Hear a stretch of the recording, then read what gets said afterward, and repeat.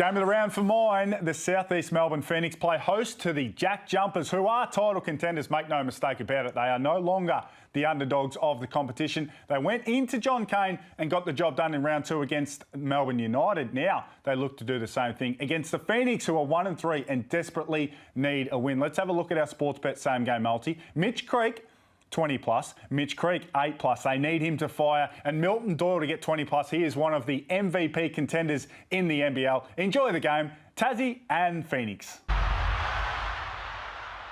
Imagine what you could be buying instead. For free and confidential support, call the number on the screen or visit the website. Recruiting for me is really, really simple. I try to get 2 or 3 young kids that are in relationships. I like guys that are stable, that have a relationship going on, that potentially are getting engaged or about to be married. I really target those kind of guys intentionally. And then on the other side, I try to get 5 or 6 guys that are already married, that already have kids, and they're a little bit older, a little bit wiser, and have been through experiences and understand that their family is way more important than the game of basketball and what they value. And so that is my recipe. I'm looking for guys that are underdogs also, obviously, that need a second chance or a hug. But that is the recipe I go under. I do not look for talent first. I look for guys that I think are just needing something more, and allowing them to come down there and try to thrive in our environment. Well, that is certainly the most unusual thing that I've ever heard in my life. Well, love it. It's actually not, though, because Sir Alex Ferguson in the Beckham documentary, that's the way he recruited and had unbelievable success, one of the greatest managers, coaches ever. So it works for him, and he understands that Tazzy's not everybody's thing. I don't know if you would have made the cut down there. I think that's exactly I wouldn't have got an interview. I think what I'm talking about. But look, it's worked for Tazzy, build up the culture, and without Scott Ross' family around for the first 2 years, I think he thinks that everyone's family, they're all just one down there in Tasmania. So if it works, continue to do it. If it ain't broke, don't fix it. Damon, thoughts, queries, I hope, concerns? It's about basketball, but it's not about basketball. Scott gets it, man. He gets it. He just knows how to put the right people together. Recruiting is the biggest battle. Talent, everybody got talent. Talent is implied. He gets the right characteristics and the right people, put them together, and now you got yourself a beautiful squad. Well, tell you what, my man Andrew Gaze always loves some what-in-the-world sort of action, and I want to get his opinion on that. If you heard that little feature there, of course, Andrew Gaze and Liam Santa Maria, 2 of the best in the business. Andrew, what do you think of the great man's recruiting strategy? Well, I think that he's an outstanding coach and he's done some amazing things in Tasmania. Should be rapt to have a guy that's leading them to, I think, what most people have been overachieving the last couple of seasons. But for me, I've seen a lot of married people not be all that stable. I've seen some single people not be all that stable. I certainly put a greater priority on talent. But, you know, each to their own. I get what he's saying, but I think it's a bit of a broad generalisation. Then I would have a slightly different view. I'll tell you what, though, whatever they're doing in Tasmania, whatever Scott Roth's doing, it's working. So That's for he sure. likes stable guys. They get out on the floor, they get the job done, and it all works pretty well for the Jackies. a little confused there because Gay said that he's coached single people, so I immediately thought you, but then he said he coached talented people, Felix, and I was like, okay, where are we going here? Liam, we just saw, before we talk a little about this game, we just saw Trenton Flowers erupt in Adelaide. Unbelievable to see what he's gone through early on in his career as just a teenager, but that looked amazing, and I'm sure it's going to benefit him going forward. Yeah, for sure. I'm looking forward to catching up on watching what happened in that fourth quarter. We saw the numbers, and he was just hitting 3 after 3 after 3. So huge for Trenton Flowers, a bit of a breakout game, and joining all those other next stars who are getting a whole bunch done right now. It was like, hey, fellas, it was like a proud dad. We couldn't even see the game. He's just watching the stats and going, my boy, tears are streaming from his eyes, and he was just so happy and proud, and I was happy for my brother. Hey, fellas, what do you think? Put yourselves now in Mike Kelly's shoes. You got Tyler Cook out. You got Big Sauce Allen Williams over there, not quite ready. How do you even stay in this game against the Tazzy JackJumpers who are just playing lights out? Well, I think there's a number of different things they can do. Mitch Creek, we know he can play inside and outside. I think that when you look at Craig Moller, he come in, he can play 3, 4, and at a pinch defensively can battle away and hustle on the defensive end. And Gack coming back. Now, I know he hasn't done a lot in the off-season. He's missed a big chunk of it. But by all reports, and we spoke to Mike Kelly beforehand, and he is super excited about what he can bring to the table. So they do have some options, but clearly one of those two sitting on the sideline, Mike Kelly would love to have out there. Gazy and Liam, of course, how much of an impact when Alan Williams gets back into this team? How much of an impact is that going to make? Oh, it's going to be massive. You know, led the league in rebounds last season. He's their premier guy in the middle. So they're really missing one of those guys at least, Alan Williams or Tyler Cook. He's also, I think, a real positive influence around this group. He brings a lot of energy when they really need that out on the floor. So they're going to miss him tonight, and they're going to need others to step up. Well, they're going to miss him, and I'm going to miss you too, because you're both in stadium commentating tonight, and I'm stuck over here in the dingy old studio. No, well, we really don't miss you. I mean, it's nice to have you crossing to you, but this is fantastic. And I tell you what, fellas, we've got a bumper crowd here. Really good crowd, fantastic atmosphere, and I think they can sense the urgency of what this game means to the Phoenix. Love it, Gazy. Thank you guys for joining us, and good luck on the call. Pete, Damon, want to get you quick. Southeast Melbourne, Tasmania, opposite records right now. Who wins and why? Quickly. Tasmania, because they're better offensively and they're still as elite defensively. Jackies. By 15. Oh, I love it, Damon. No, I'll tell you what, the Southeast Melbourne Phoenix getting ready to take on the Tasmanian JackJumpers. As I said, opposite records for these teams. They desperately need that man back. But the one thing we know about this game, it's certainly to be a cracker. Here's Doyle from downtown. Crawford splits the defence. Here's Creek from outside. He's really getting going, Mitch Creek.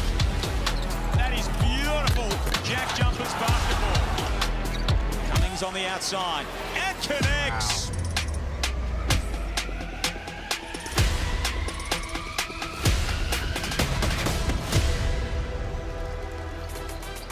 The John Cain Arena in Melbourne is a fortress for the Southeast Melbourne Phoenix, who have won 11 of their past 13 games here. But the Tasmania JackJumpers are road warriors with more regular season road wins than home victories. And they won here last weekend against Melbourne United. The JackJumpers are top of the table and flying high as we welcome you to the Hungry Jacks tip-off. Hello, everybody. Alongside Liam Santamaria and Andrew Gaze, I'm John Casey. We've got a cracker coming your way. Cassy on top. Phoenix in danger of slumping to the bottom of the ladder, Liam, if they can't find a way home. Yeah, desperately need a win, the Phoenix, absolutely. They've lost 2 in a row, lost to Cairns, lost to Illawarra, and then there you see them, 1 win, 3 losses, Drewy, and as Case just said, they'll be the cellar dwellers if they lose this one today. Yeah, absolutely, and it's a tough one when you think of the JackJumpers. They're full of confidence, they're playing some great basketball. Milton Doyle, arguably the best player in the competition as we speak, and they frustrate you because they play elite level defense, and on the offensive end they slow things down. They're the slowest paced team in the competition, and as such it's hard to find that rhythm with the Phoenix trying to get out and push the tempo. Mitsubishi Motors ladder looking a little better now for Adelaide fans after the win. And Mike Kelly, while celebrating game number 100.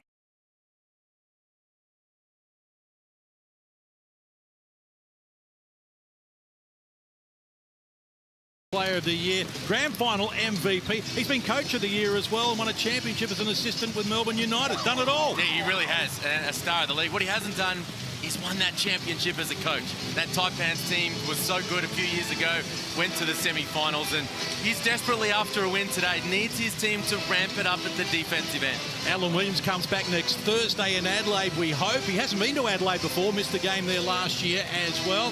And look, he is going to be great to get back the league's leading rebounder from last season. They've missed him. Yeah, 16 points, 10 boards. It's hard to replace, and they found an unbelievable replacement in Cook, and then he got his eye poked out. So it's been a tough set of circumstances for 2 really, really good players. But to get Williams back is going to be huge next week. But, you know, this season can get away from you real quick. Will Cummings is doing his absolute very best with the 18 points a game, the 5 boards, and Liam, he's been one of the shining lights so far.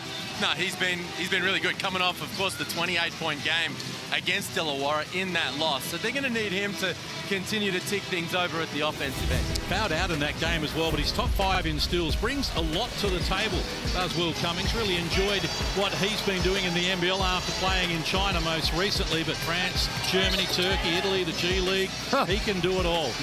No, he's well travelled, and he's got that experience. You see, he can get to the basket, but tonight, like I said, this is arguably the best player in the competition right now, and he can do it in so many ways. He can beat you in the mid-range, close, tight checking defense. He can create that separation, and he can knock down the 3 ball, and most importantly, well, equally importantly, I should say, he's got that clutch gene.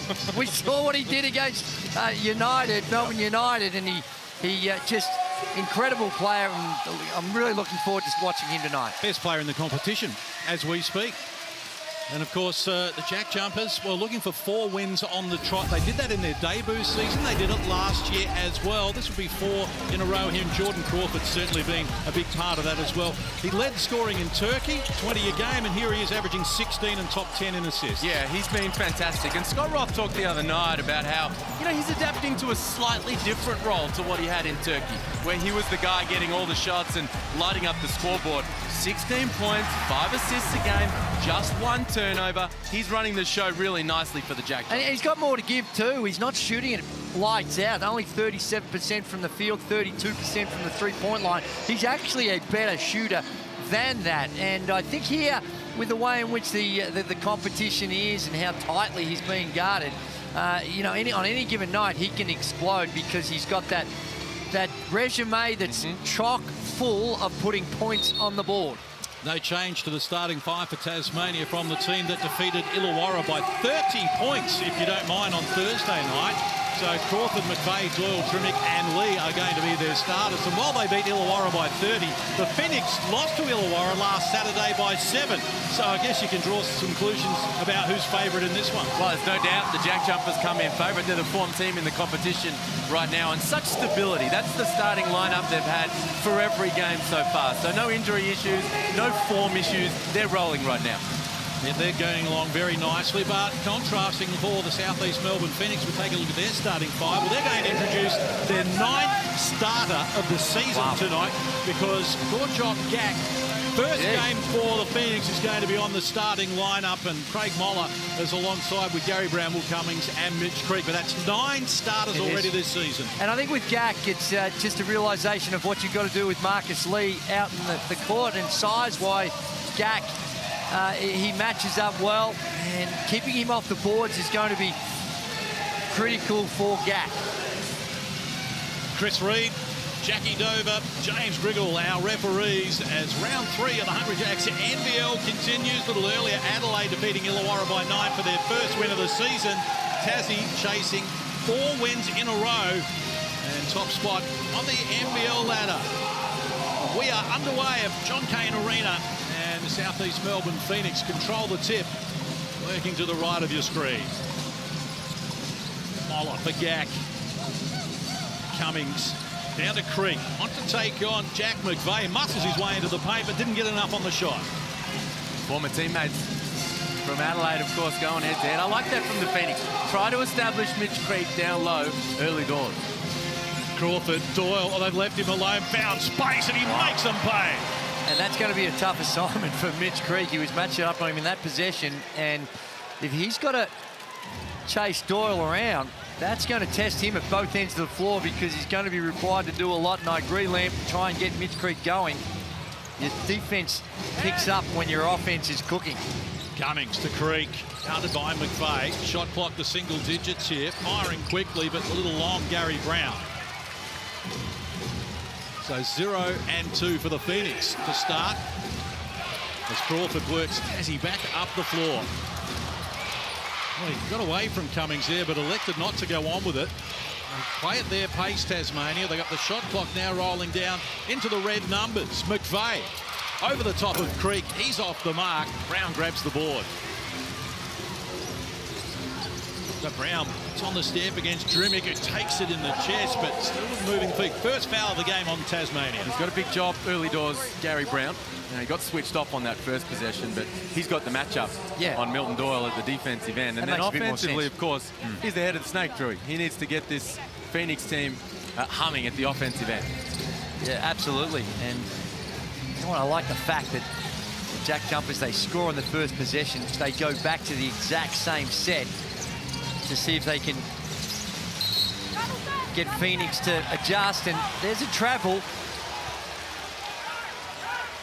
Craig Moller, he's had an interesting last couple of seasons. I was talking to him before the game and loved his time in Germany. He said the fact that each team over there has just the 6 imports that they're allowed to have on the team, just the 6.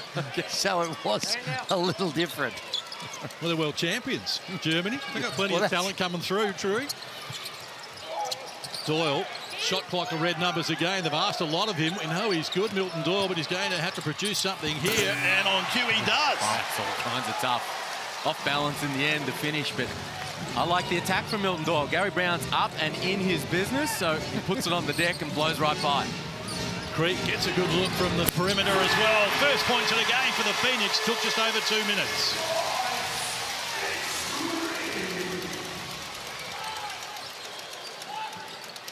McVeigh to Doyle. Oh, you got Brown going the wrong way. Here's Crawford once more. And back to the maestro. McVeigh posting up the smaller Gary Brown here down in the low block. Double team arrives. Doyle open. This time off the mark. Lee gets after the rebound. Feeds Crawford baseline. And the problem with the shot clock and a wedgie, it's all happening. Harvey Norman replay. And just right up and in. And I like the ball pressure, but just got to keep him going away from that baseline side. You see Gary Brown trying to take it away. But Milton Doyle just goes to his right hand and Creek down the other end. That's the encouraging sign for the Phoenix to see him drop one in. Well done, Cummings, top 5 of the comp in stealing the ball. Retrieves it there away from Crawford. Enjoying the contest as well. They find Gack just beyond the foul line. Elevating, firing, can't convert. Oh, dear. Hard to the rim. Trimmick takes them on, earns a trip to the free throw line. Yeah, horrendous breakdown defensively from the Phoenix in transition there. And Mike Kelly, I was chatting with the Phoenix guys in advance of the game. A real focus on increasing their level of talk, their communication. And here, it wasn't apparent. Nobody knew who was supposed to be on Trimmick. And he gets himself to the free throw line. This Gack got a lot of it, so they go from one extreme to the other. Gack comes out, Tarangi comes in. They get a little bit more offense, but they lose a lot of size. So between, and these days, they talk about positionless basketball, but when you've got Marcus Lee out there, he does present some problems just with his size. And Craig Moller and Mitch Creek now is going to have one of those are going to have that responsibility. Anthony Trimmick's another one of those players who's left the team to go to Tazzy and is on the improve under Scott Roth. His numbers have been good. He seems to have really enjoyed the role, along with Majuk Deng, who's now down there in the Apple Isle. So a little over 3 minutes played. And it's Tazzy on top by 3 here.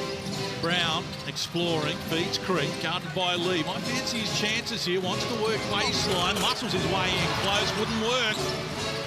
And a chance for Crawford and Tazzy to run. Crawford got them on the back pedal, found an opening. Doyle, extra pass. McVeigh taking on Moller with a left hand and getting it done. Well, you just love the way the ball pops through hands for the JackJumpers. Now Jordan Crawford beats his man with the beautiful hestation move, and then bang, bang, it just swings around the perimeter. And the lefty finish from McVeigh was nice. Phoenix just 1 of 5 from the field so far. Hasn't been easy for them at the offensive end. Ambitious from Cummings. Tip in from Creek. He has all 5 of the Phoenix points at the moment. Trimmick gets it back from Crawford. Now Lee working on the smaller Tarangi. They clear out for him. Single coverage. Tarangi against Lee, and Lee works to the right hand, banks 2. Well, he just got to his spot. Crab dribbled in there, and I think when you've got that size advantage, at the very least, you've got to dig in on him and try and make him think about it. Tarangi just lights it up from the three-point line, and he seems to have found his groove again from the three-point line this season, coming off an outstanding shooting performance in the World Cup for New Zealand, carrying it over into the NBL. So Tarangi to Moller. Milton Doyle all over him. There's the Creek. He tries to draw a whistle. Marcus Lee is foul prone and picks up an early one here. You see the replay, the kick out from Gary Brown, and you know that's where Gary Brown can be so effective. Led the league in assists last season. His ability to get 2 feet in the paint, draw the defense to collapse in on him, and then when he kicks it out, guys have got a knockdown shot. Crawford sits down. First substitution by Tazzy.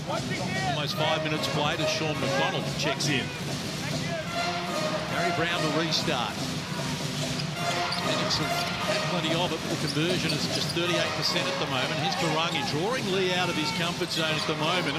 They go to work here. Lee with one foul, looking nervous. Tarangi muscles his way in, couldn't convert. Ball knocked down out of bounds, and Tazzy will get it.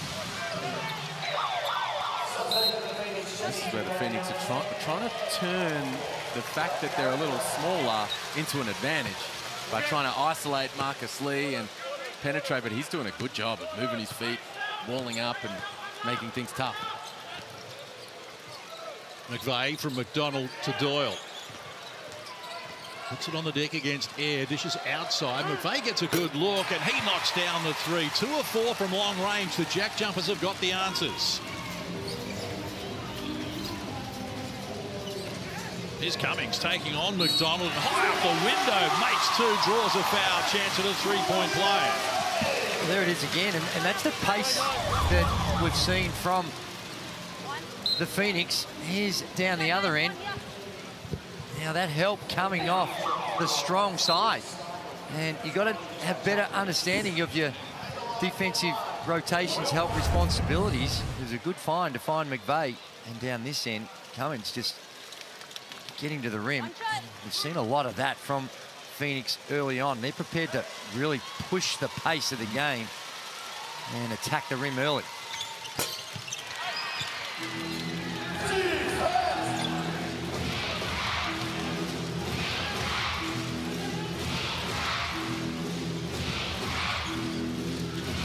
Doyle to Krislovic, guarded by Mitch Creek. Shot clock to single digits old.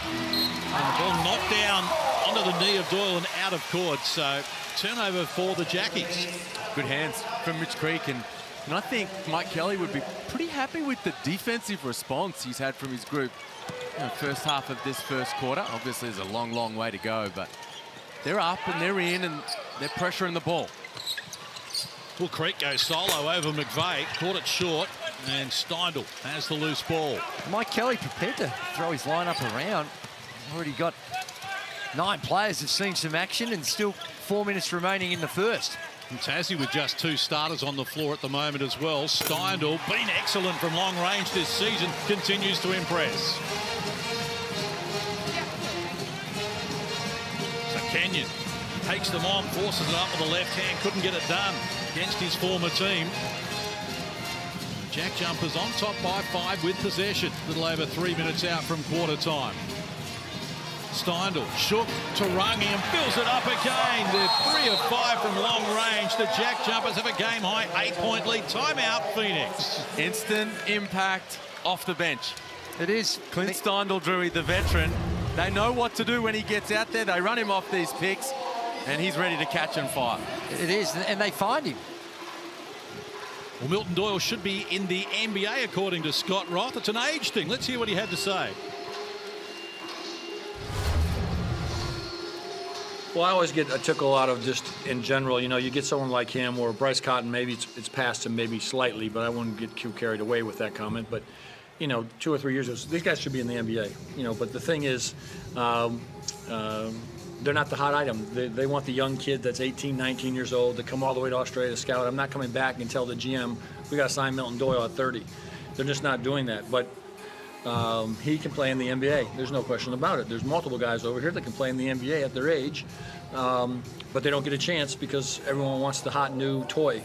And it's unfortunate. It's great for us. And we saw what we believed was a really good basketball player. He proved it last year, and to have him for 2 more years is obviously really, really exciting for us and just our group. Oh, great to have Milton Doyle in the competition. 7 points on 3 of 4 shooting to start this one, doing it in style. I think you can be over 30 and get drafted into the NBA, or can't you, Andrew Gaze? Well, you're probably not going to get drafted, but you're going to get signed. And I think that, I was 33, I think, at the time, and it's you just got to be in the right place at the right time. They'll find you. And there's a lot of guys in the last 5 or 10 years that you think, well, maybe their time has passed you by, but if you're in the right set of circumstances and you've got a set of skill sets that a particular team likes, then you have an opportunity.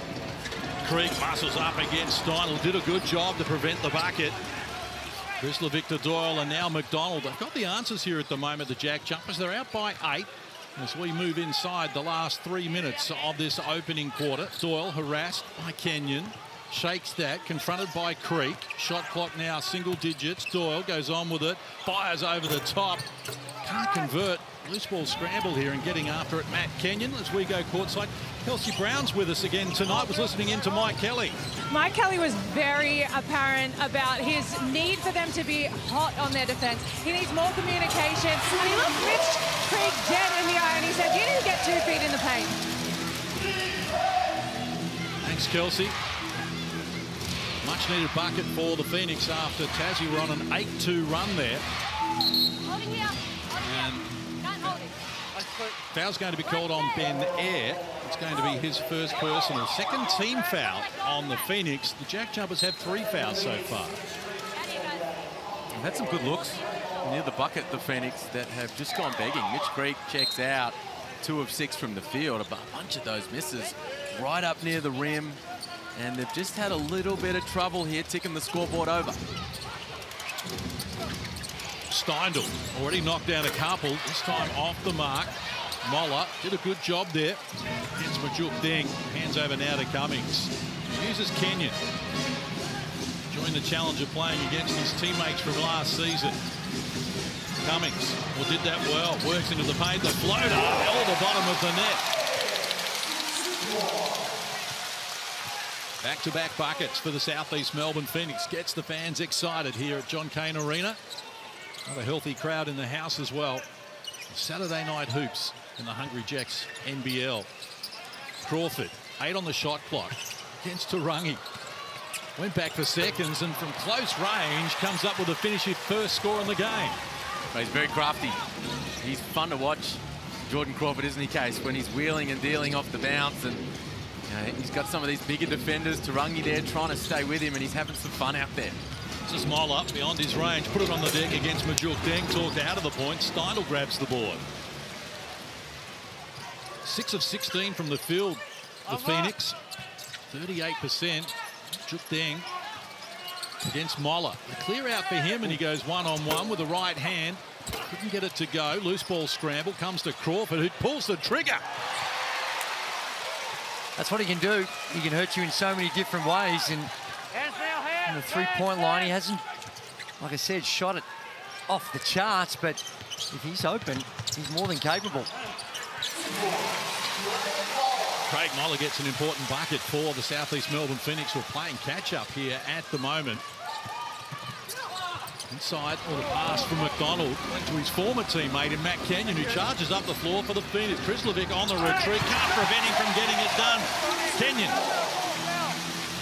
Good take from Kenyon. And that's what can happen with this Phoenix team if they get stops. Get a little tempo into their efforts at the offensive end. They just don't get enough of them. 27 points, a little bit of push and shove, but... I got it. Oh, excuse me, 23 points. They've got the scoreboard in the stadium's just really anti-Phoenix, which you'd think that trying, if you're going to make a blunder, you'd make a blunder in the home team's favour. There you see the 2 former teammates, Kenyon and Steindl. A little bit of argy-bargy.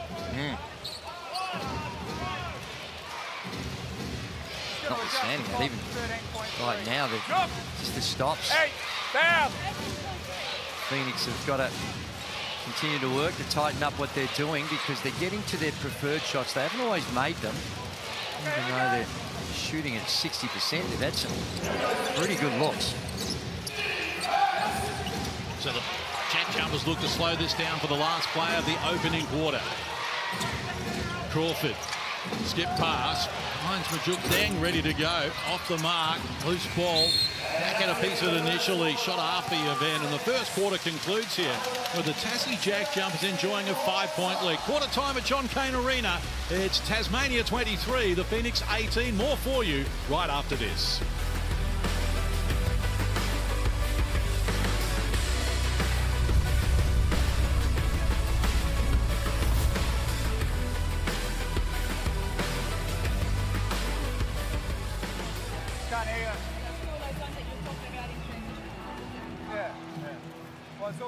the Creek and Doyle. Yes. So Creek's like sealing and holding him as well, and then he's looking to uphook and that kind of stuff. Just make sure he doesn't uphook, like ward off or displace.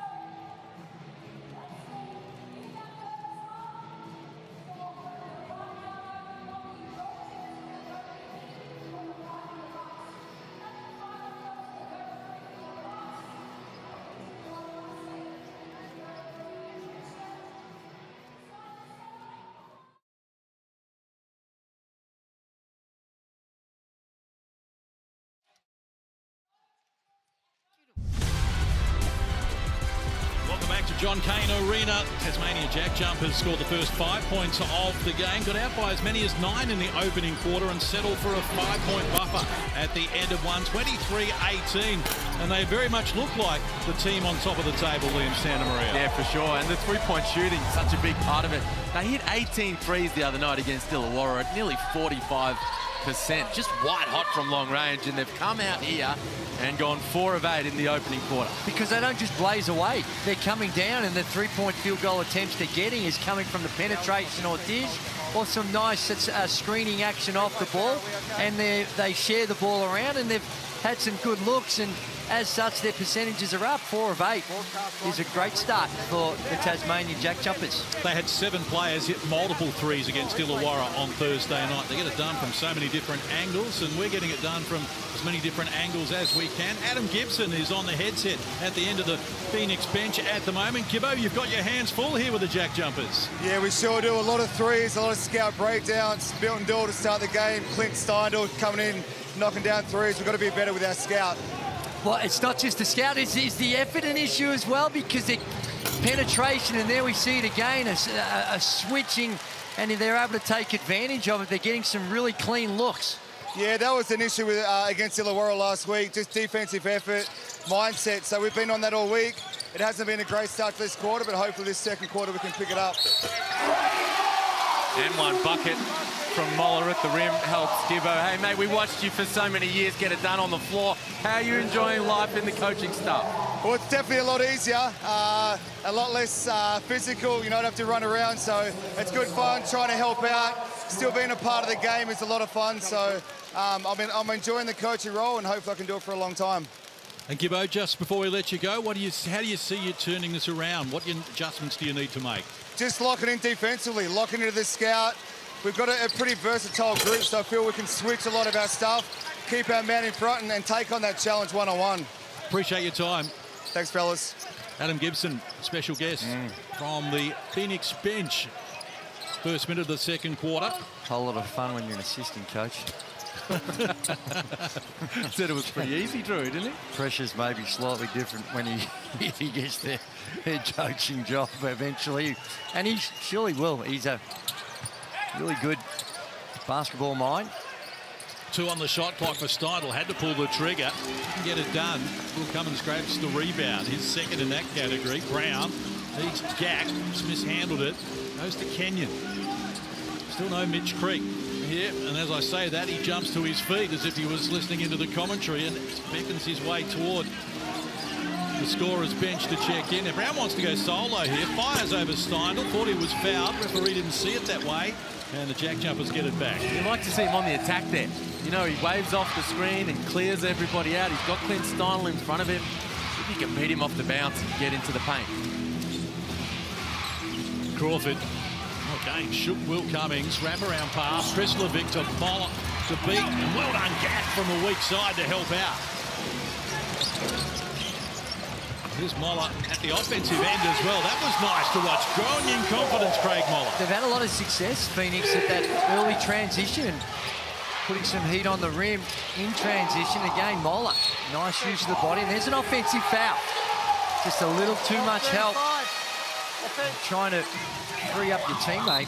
And they've been red hot on this, not just this season, probably the last 2 or 3 seasons.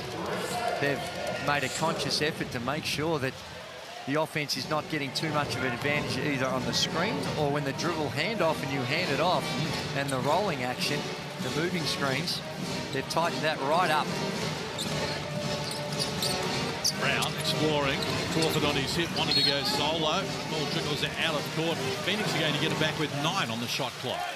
You mentioned earlier, Case, Matt Kenyon playing against his former team for the first time. Junior Madut doing likewise. Obviously former Southeast Melbourne Phoenix player, and he checks in here for the Jack Jumpers. So Cummings against McDonald. Shot clock to red numbers. Isolated against McVeigh. It has to go up. Takes them on, and hearing the clock in the background gets it done.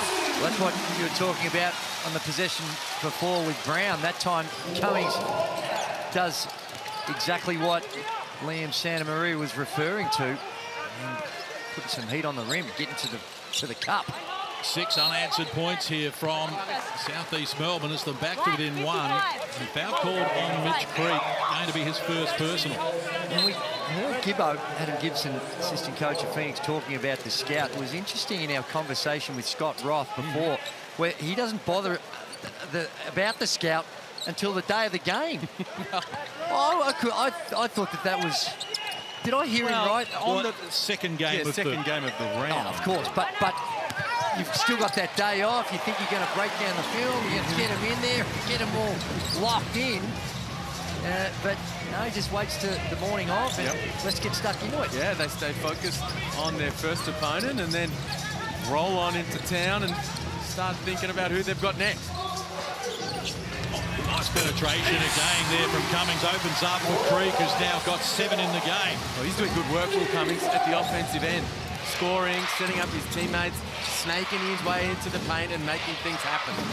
Doyle decides to fire over his fake. That's off the mark. Creek grabs the rebound. Moller went down in the contest, and a chance here for the Phoenix once more.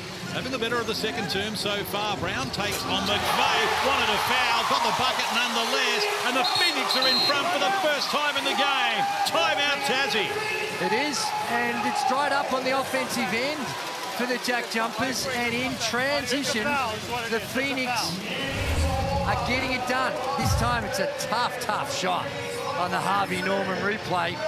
A little bit of contact, not a whole lot in it, but gets to the rim, and Liam seems to give me those fucky eyes to say, what are you talking about, Gage? I think he was a little unlucky there, Gary Brown. You agree with me? Oh. I thought that maybe there could have been a whistle, but he felt the same. They take the bucket. The Jackies call for time. Correct. Let's get to Kelsey We're on the Brown. same page, my friend. Kelsey Brown courtside. I'm here with AFL Hall of Famer Anthony Koutafidis. How are you enjoying the atmosphere tonight? It's been unbelievable. When you see courtside in particular, it's just a fabulous night here. I spoke to you before about Andrew Gaze. You said you did Dancing with the Stars with him. What do you think? Is he a better dancer or basketballer? Oh, his dancing was okay, but I think basketball was a little bit better. He's a legend of a man, and I've followed his career for a long time, and I love him. He's one of the most incredible people you could ever meet. So, fabulous player and iconic to Australia. Amazing. Well, he's listening right now, so how do you like that, Gazy? I'm loving it, even though he was a Dancing with the Star winner as well. Oh, and anytime, see what he did. This is what Kuta did, and I love him to Speak on it. And take nothing away from his dancing ability. Oh. But when in doubt, he just got the gear off, got the chassis out. You did. And You did the everyone same. started voting. You did the same, did you not? I pulled back. More modest. He said you were the winner and that you kept getting the chassis out. How do you feel about that? Oh, no, I reckon Gazy was a better dancer, but no, he was a crowd favourite though, Gazy. But in terms of dancing, put it this way, I think he was happy I was in the competition. I was happy he was too, because we just sort of lowered the standard. Perfect. Enjoy the rest of the game. Thank you. Very much. Great to have Anthony Koutafidis in the house with us as well as McVeigh takes them on and earns a trip to the free throw line. There has been a noticeable change in the defensive intensity by the Phoenix in this second quarter. And they are getting rewarded for it. Sometimes you crank it up and you don't get rewarded because the offense is just too good. Good offense can beat good defense, but they're getting rewarded with some stops. So McVeigh to the free throw line, 4 of 5 so far this season. Now, Case, while Jack McVeigh is at the free throw line, let's get a close look at his face as he shoots the free throw, because he smiles. He smiles when he shoots the free throw. And he says, he spoke about it during the week. Offensive rebound. He rebounded his own miss. They'll be smiling more now. He says he smiles because he's read studies to say smiling can help you deal with nerves. Of course it can. And he got a little nervous at the free throw line. And now he says he shoots it much better because he puts a smile on the dot. Well, maybe Mitch Creek should track down that method, because at the moment Mitch is 13 of 25 from the free throw line this season at 52%. Well down on his career averages in the 70s. This is a great contest. We're back on level terms, 30 apiece, middle stages of the second. Doyle lost the handle, came to Krislovic, and he comes up with his first score. Now Brown kicking outside. Ben Air knocked down, taking the three, and he's off to the free throw line. Well, make or miss, the Phoenix want to push the ball. And it was a good kick-out pass to Ben Air, who this season has just been phenomenal. 4 games, 83% from the... 10 of 12, Drewy. That is extraordinary shooting. And that time there gets rewarded with the closeout, and you will get closed out hard when you're shooting it at 83% from the three-point line. He puts the work in. Ben Air, shout out Joey Wright. Of course, the championship-winning head coach back in 07, and had so much to do with Ben Air and his journey along the way. And he commented on social media when something went up. Ben Air and Chris Golding leading the league in three-point shooting, and he said, it's no surprise. That's 2 guys right there who get the reps, put in the hard work, and here they are getting the results. So Reece Bay in and out of the game here in this second quarter. Phoenix on top by 1. Middle stages of the second. Junior Madut picks up the dribble, harassed there by Brown, got it to Lee, but not convincingly. This is Crawford against Air. Pulls up, can't convert. Creek had a piece of it and eventually controls the rebound. So they're grabbing some momentum here. Southeast Melbourne's Phoenix. Brown went without it. Scooped up there by Gack to Air. Gets it back from Creek. Shot clock to 10. He fires another 3. This time off the mark. Good work there from Lee. And eventually the ball spills to McVeigh. We'll do it. Reaching in. Got a piece of it there, Kenyon. Just disrupted what the Jackies were on about. Only 9 points for Tazzy so far in this quarter. Foot violation to reset the shot clock. You mentioned the hand that Nat Kenyon got to that ball. I really like what he's bringing to this Phoenix squad tonight. He's bringing a little bit of that jack jumper, physicality, and edge at the defensive end for his new squad. Averaging 5 points, 4 boards in 18 minutes this season. I agree with that summation, Liam. In here, against Doyle. And just wanting to be involved. Shot clock works to 5 here. Drimmick against Brown, needs help. McVeigh looked at the shot clock against Creek, lost it under pressure, and that's good defensive work from the Phoenix. And it's been all like that the entire quarter. They're up and in, a lot of ball pressure. When they're coming off those screens, you saw Gack jump right out and put some pressure on the ball, and it's made them hard to get through their actions in a smooth and cohesive manner, unlike it was in the first quarter.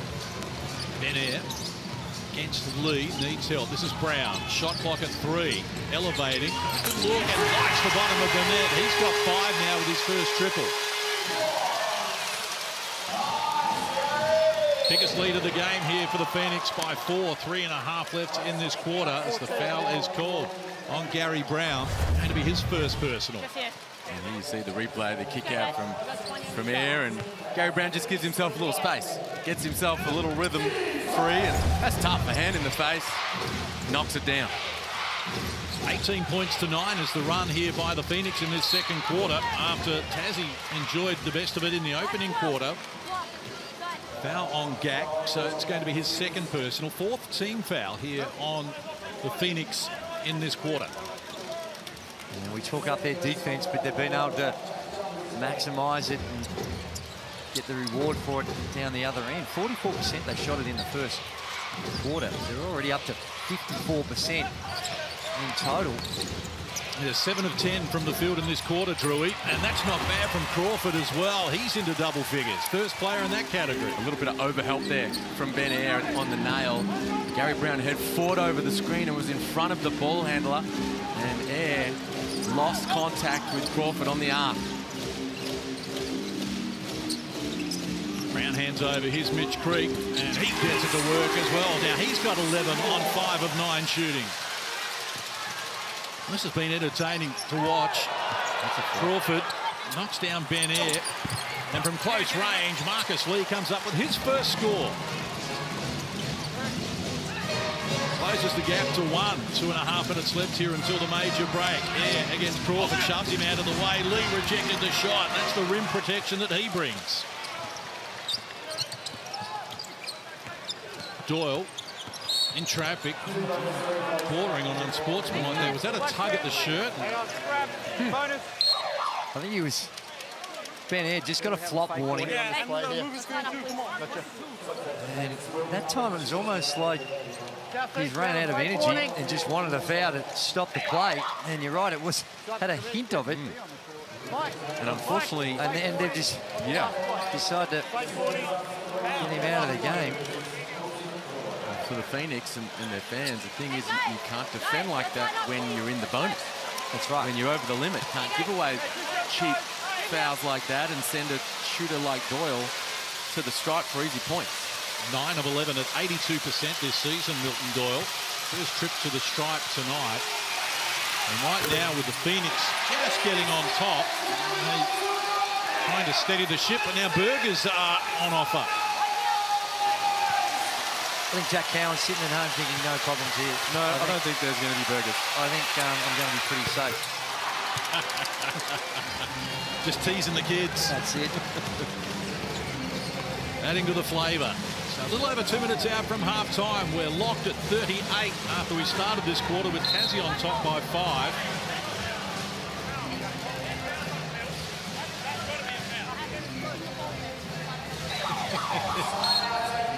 Mitch Creek with an animated conversation with Jackie Dover, looking to do some refereeing of his own. In timeout, as Scott, we're going to have a challenge. They thought it'd come off the foot of Cummins. That's what they were alluding to. And the gesturing was all about it came off his foot. Well, there's a coach's challenge. Chris Reed, the referee, is in front of us talking to the referees department. Didn't quite catch what they were going to challenge, but they're challenging. Did Scott Roth get the word from his guys on the floor? There was a bit of that, and I think Scott Roth was in the back court, so he had a good view of it himself. So he's challenging the out of bounds, and there was a deflection, and they thinking it came off the foot. The lime shoes may not help him, and it did! Straight off the lime shoe! Well, it's pretty obvious when the shoe's that loud, isn't it, Drew? That's it.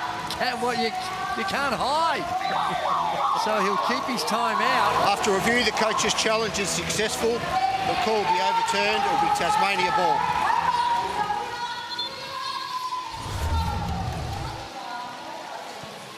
So the JackJumpers get this as we go courtside to Kelsey Brown. Well, Roth was quite relaxed. He said he wants them to be clinical in these next 2 minutes and close out the game properly. Yeah, it's a good call. It's so important to close quarters out, and it's been a bit of an arm wrestle.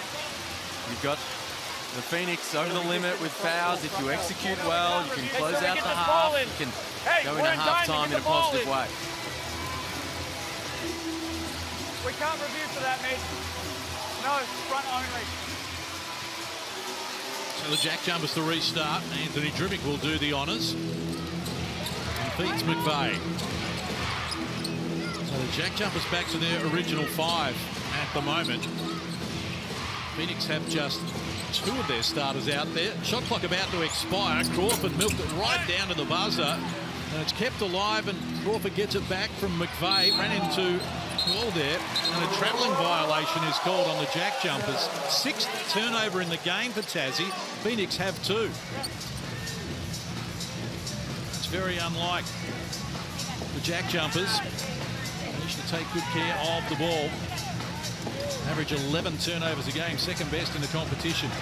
Here's Kenyon. Phoenix have wrestled their way back, right back into the equation here after being down 9 in the opening quarter. Tarangi, Moller, Kenyon, wide open, can't convert. Athletic work and finish from Will Cummings. Good put back from Cummings. Kenyon had to shoot it.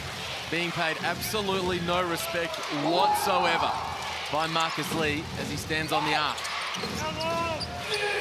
Drimmick works to an opening now. Crawford. Again, good defensive pressure from the Southeast Melbourne Phoenix. Just taking the Jack Jumpers out of their rhythm at the moment. Again, the shot clock works all the way down, and Crawford nails it. He's been impressive. Finds a way to get that separation with the step back. Got 10 in this quarter, Drewy, out of the 18 that have come up with Tasmania. Kenyon open again. This time makes them pay. No hesitation either. And clearly the scout is let him shoot under every circumstance. And he is yelling at his former coach, Scott Roth, about the disrespect. Is that right? Oh, yeah. And he's staring him down right now, too. Well, Scott will see that as a win, won't he? Just getting inside his head a little. Well, I don't think he'll see it for a win if he keeps making them, because he's gone in there with the game plan the last 2 possessions, and I think that he's taken it personal. That Kenyon, I think there's some genuine venom in his... Well, Crawford, nifty move again, adds another 2. He's got 17 points, including 12 in this quarter. He's dancing a merry dance out there, Jordan Crawford. Has the ball on a string and just making play after play right now. Well, Cummings looking for the penetration, ball knocked down out of bounds. The game's changed. 15 on the shot clock. The game's changed so much, Case, but I remember back in the day, remember Bobby Locke, similar size to Crook. You just take him to the box. Take him to the box and post the little fella up. when have we seen anyone try to post him up down this end? Yep, why not? You don't see it anymore these days. Well, certainly not as much. Here's Gary Brown drawing Lee out of the paint. Shot clock at 5. He goes to work. Creek with a tip in. Just wouldn't fit for him. Drimmick had a piece of it. Now Doyle. And Tazzy can have the last say of this quarter as Doyle gets his way up the floor. Tied at 43. Tazzy looking for the last play of an entertaining first half. Trust you're enjoying our coverage around Australia and beyond. The Hungry Jacks NBL. Doyle goes at them. Looked like an offensive foul, and it is. Well, they had a little bit of a look at each other, the officials. Kenyon was certainly there, and then the question was he in the restricted area? Well, Scott Roth is calling timeout, and he wants to challenge it. He's going back to the well. You only get one. You don't keep it. You only get one for the game. You don't keep it. No, if you get it right, you get to keep it, don't you? Okay. All right, sorry, Mike. He's gone FIBA rules. Yep. He thought he was back over in the World Cup. Or the NBA. I got it. I think the NBA changed as well recently. Okay, we have Coming in. replay centre. We have a challenge on the ball. The call on the floor is a Keep an eye on offensive Kenyon's foul. feet. He's well. He's out. Wasn't a chance though. He's still moving through. Hard to tell. He's definitely out. So if his feet are in any way in the restricted area there, the airborne offensive player, and it's a defensive foul. But here his feet are out.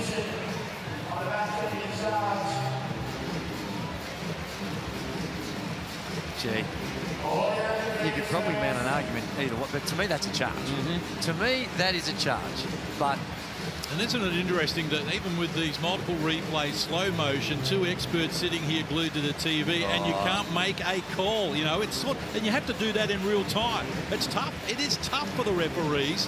And in slow motion, you know, you make the argument, you see every little move. Tiniest little movement to seems a lot more than it actually was. Coach's challenge is unsuccessful. The call on the floor will stand. Offensive foul. We have South East Melbourne ball, no basket. I really like the way too. Is that new? We haven't, not always in venues, but I love the way that went through the PA and tells the fans exactly what's going on as well. You happy with that? I'm more than happy. I think, is that an innovation or has that been going on? I haven't seen it anywhere else, Drew, but of course we're only going back to the venues to call this season as well. But I also saw Mike Kelly being interviewed pre-game to the crowd as well, and that was just before the players were going out, so I like that as well. Fan engagement is what we're all about. They want 0.4 on the clock, although they put 4 seconds on the clock. Yeah, I think 0.4 is a little closer to the equation. So that's a catch and shoot. 0.4. We're getting there. This way. Lob pass, tip it in. Hey, Creaky, Mike, Mitch.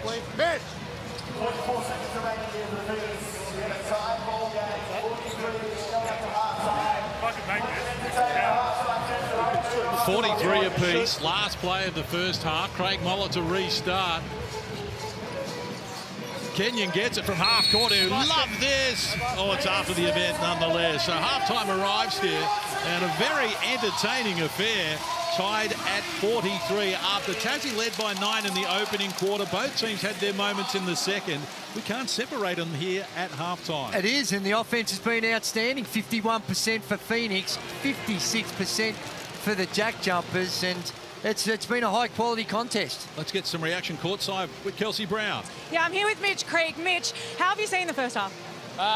Jordan Crawford just, getting what he wants right now. We speak about how good he is, our friendship, but right now he's absolutely killing us. He's shooting the ball well, he's creating. We have to do a better job of getting the ball out of his hands. We spoke to Gibbo and he said you needed to lock it down in defence and really stick to the scout. Is that what you need to do in the second half? Yeah, we're really not doing that at the moment. Obviously, 43 is not horrible, but we need to keep teams under 20 for each quarter. As I said, if we can kind of control J. Craw just a little bit, it makes life a bit easier, but we know Milton Dell's not going to stay quiet forever, so we have to be disciplined. All the best for the second half. Thank you. Thanks. It's been entertaining so far. Top of the table, Tazzy and the South East Melbourne Phoenix facing the bottom of the ladder, and we're tied at 43 at halftime. It doesn't get much better than that. Stay with us here on the Hungry Jacks at NBL. More coming your way from John Cain Arena right after this.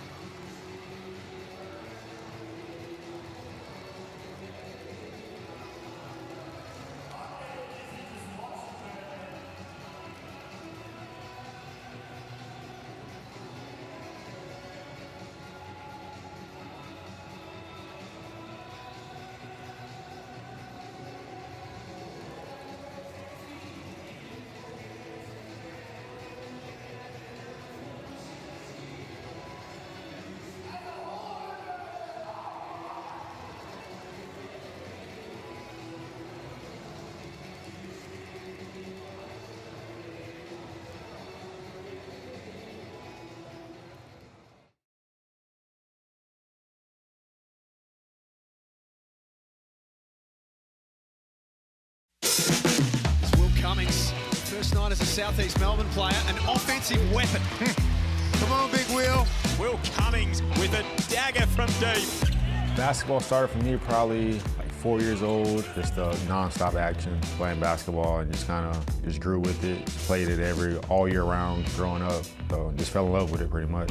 I went undrafted out of college, had a deal with the Houston Rockets, got waived for their G League team, finished the season, and it took a deal for Trento. Came back, did a little summer league, but just decided to kind of master the European route and sign with Aris Thessaloniki in Greece. Signed in Darüşşafaka, Istanbul, Turkey. Went to Germany, EW Baskets Oldenburg in Germany, did a whole year there. Went to Russia, moved to Paris, finished there, signed a deal in China, and then ended up here in the Southeast Melbourne Phoenix. So I'm happy to be here.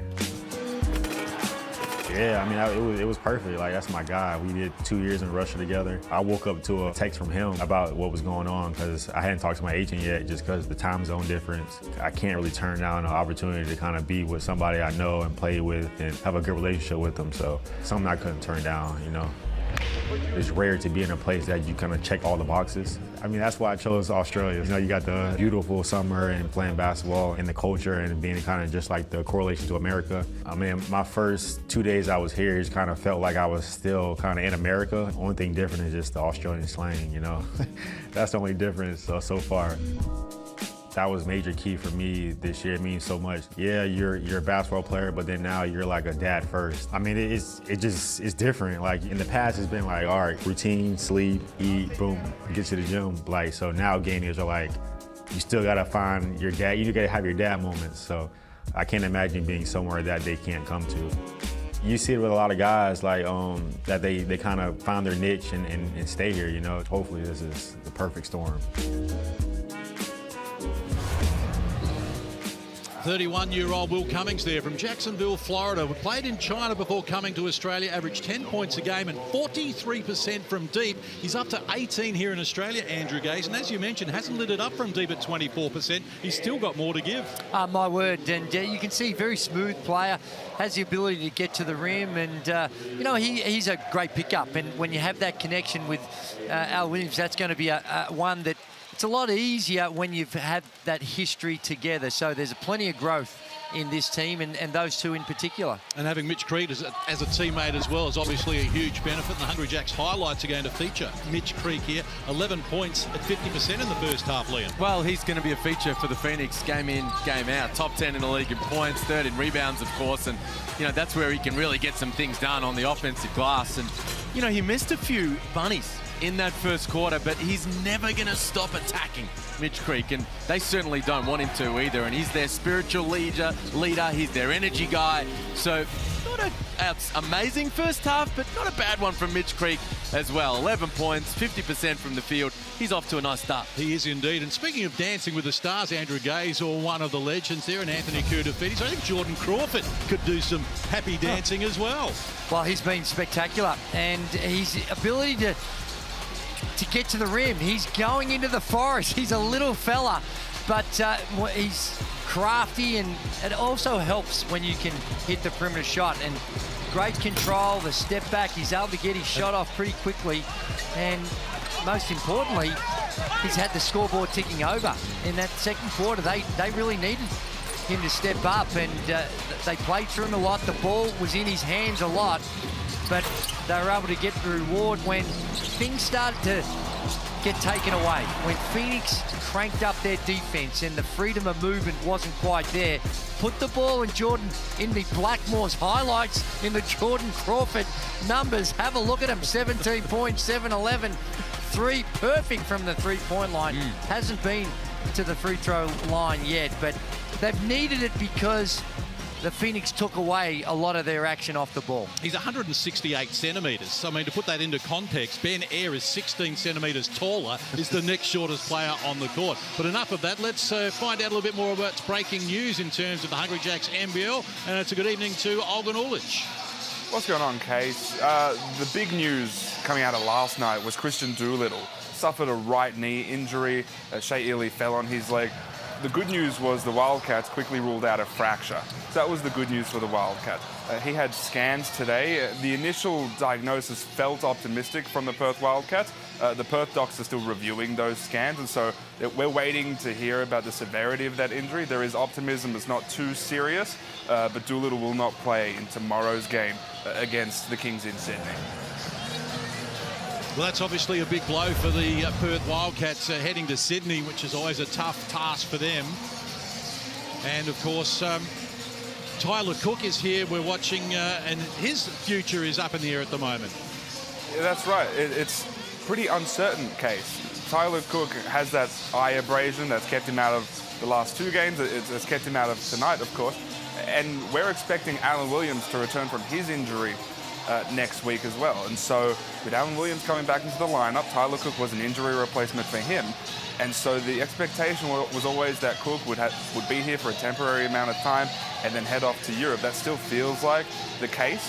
And so as much as we have enjoyed the presence of Tyler Cook in the NBL, it feels like we may have seen the last of him. Well, there you have it from Olden Ulrich. The latest news in the Hungry Jacks NBL. Tyler Cook, is it all over? Well, we'll find out this week because they've got a game coming up on Thursday in Adelaide, and the 36ers winners earlier tonight over the Hawks. Up and about. And we're up and about here at John Cain Arena. Jeez. Tied at 43 apiece. Tazzy and the Phoenix. Second half next.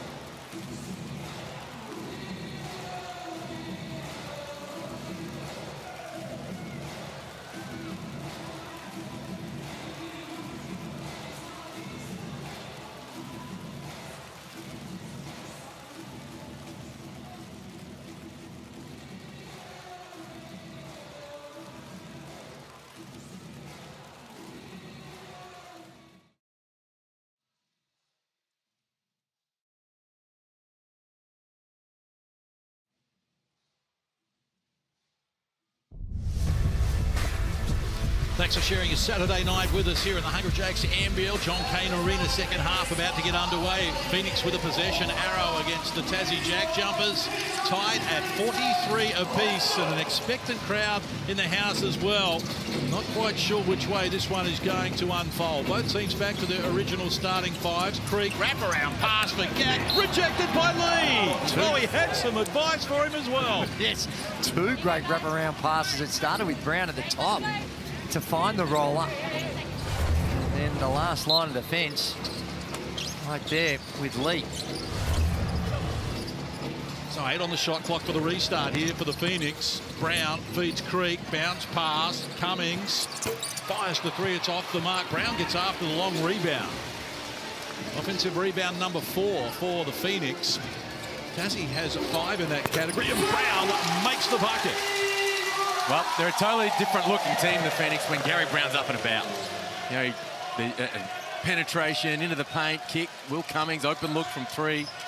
And then there, he drills the step back. Here wins the steal. The energy from Gary Brown, effervescent here to begin the second half. There's some dispute about whose ball this is going to be. Jackie David and Chris Reed involved. Yeah, a hint of Milton Doyle about it. Come down, so go with black ball. Okay.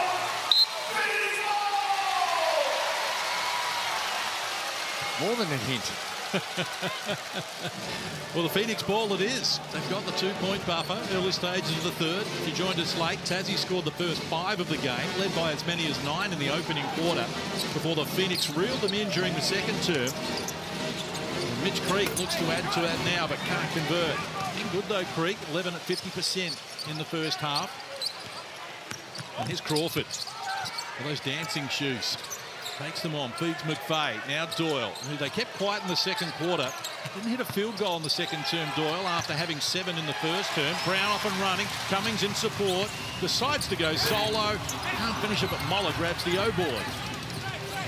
Bounces into Trimmick. Got it on their terms at the moment, the Phoenix. Creek match. Posting up Crawford, Moller. Pass works to the baseline. Brown fires all the bottom of the net. That's tough. Look at the separation he gets on the step back. Good scramble from the JackJumpers defensively, but the offense better from Gary Brown. Now Doyle takes them on, running into a dead end. Good pressure from Gack, and they've really cranked it up at the defensive end since midway through the second, the Phoenix. Gary Brown's asked for a sub. He's gassed. Only 2 minutes into the third. And he's made a couple. What is going on with players these days? Creek against McVeigh. Moller, slow pass got there eventually, and Moller peels off the triple. They've scored 7 unanswered points to start the third, the Phoenix.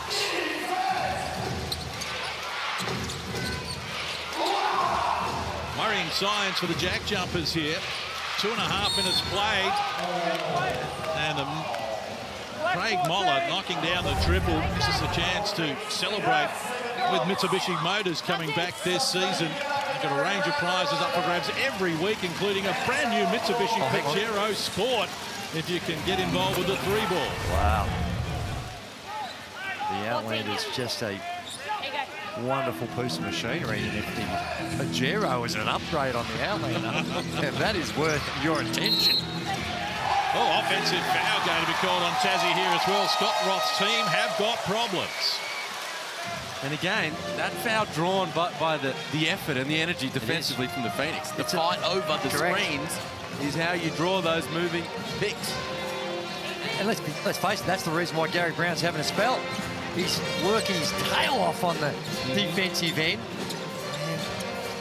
Phoenix all over them at the moment as Creek adds to the carnage, gets the 2, draws a foul. They've scored 9 unanswered points. They've taken 8 shots since half-time, the Phoenix, and Tazzy hasn't taken 1. This is just good pick and roll offense. The help there, Lee was just kind of in no man's land, a little concerned about Gack coming up, but wasn't there to help out on the roll. And Creek nails the 3-point play. So that's 10 without reply in the first 3 minutes of the third, and the JackJumpers have got their hands full here. top of the table on a 3-game winning streak. As Drimmick lets fly and comes up with his first field goal of the game. Shooting the ball with confidence. Anthony Drimmick knocked down the 3 triples on Thursday against Illawarra, and no hesitation right there. They needed that to steady the ship. 3 minutes for Tazzy to get on the board here in the third as Moller surveys his options. Shot clock works to 5. Isolated against McVeigh, one-on-one. Decides to fire from the elbow. Can't convert. Marcus Lee with the rebound. Number 4 for him in that category. Just 1 of 1 from the field, Marcus Lee. Hasn't been a factor at the offensive end, but this man certainly has. Crawford off the mark. Now Lee got a piece of that, knocks it down. As we take a look at the Harvey Norman replay. There's the catch and shoot from Drimmick. Good hand in contest there from Mitch Creek, but Drimmick's just feeling so confident, so comfortable in this JackJumpers lineup. We spoke to Scott Roth pre-game, and he said, look, it was like a 2-minute conversation. I mentioned that maybe we'd be keen to have him, and he took about 5 seconds to say, I'm in. Great pickup, really good fit for them, and he's been selective with his shot taking as well. 5 of 12 from deep coming into this game at 42%, and boy, another triple. Well, just like that, 2 possessions, back-to-back threes, and it goes from 10 to 4 in the blink of an eye. That's what this team can do. Let's not forget what they did against Melbourne United a couple of weeks ago. 13 down, 8 minutes to go, and found a way to win. Benier against Crawford. Likes his chances. Tough shot, but he's equal to it. First field goal of the game for him. Margin at 6. Crawford. Oh, excellent pass. Drimmick working backdoor, adds the 2.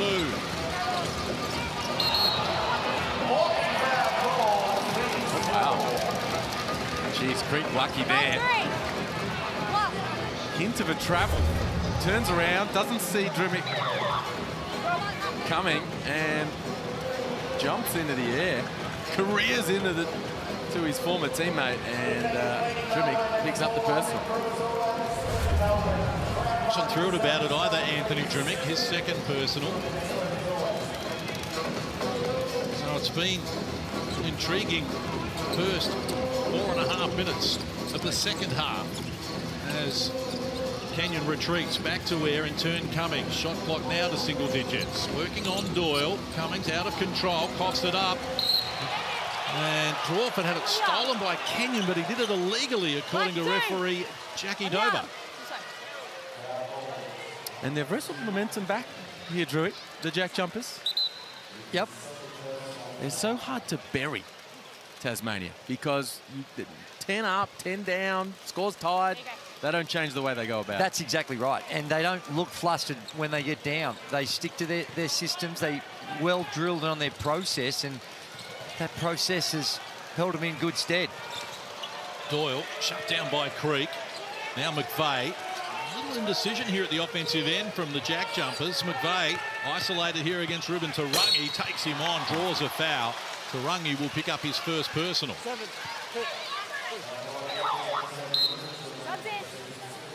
A quick 3-minute break for Gary Brown. He comes back in for Cummings, but this is crafty by McVeigh. You heard that, you might have heard the Phoenix bench trying to head fake him with the shot clock and counting it down, but just stayed with it. And gee, he's good. He's got that good balance when he's going up against that close checking defense in the block, and can make the unorthodox look orthodox, if that makes sense. He gets in there and he will go off one leg, or looks like he's in the air and all timing's all out of whack, but he seems to be able to be controlled. Phoenix 10-point lead has evaporated here to 3. Creek takes them on and earns a trip to the free throw line. So Lee picks up his second personal. 4th team foul on the JackJumpers in this quarter, and still 4.5 to play. So that's a problem. He's been aggressive, Mitch Creek. He's the team leading scorer, of course, with the 14 points. And they look good when he's in this mode, when he is looking to rip it and attack and get himself to the free throw line. Took 207 free throws last season, Mitch Creek. Second in the competition only to Bryce Cotton. And shot the ball at 77% from the stripe. This season, coming into tonight, 13 of 25 at 52. And I spoke to him pre-game about that, if he'd addressed that, if he'd looked at it, how much he was aware of it. And he did say that he had looked at it and wasn't too concerned. Okay. But when you're taking that many free throws and so important to the team, it's important that you make them as well. So the margin is 4.5 out from three-quarter time. And Crawford with 17 points in the game, leading all scorers. Can't convert on that occasion. Gary Brown grabs the rebound. At 5 at halftime. Got back-to-back buckets early here as Creek misfires. McVeigh the rebound.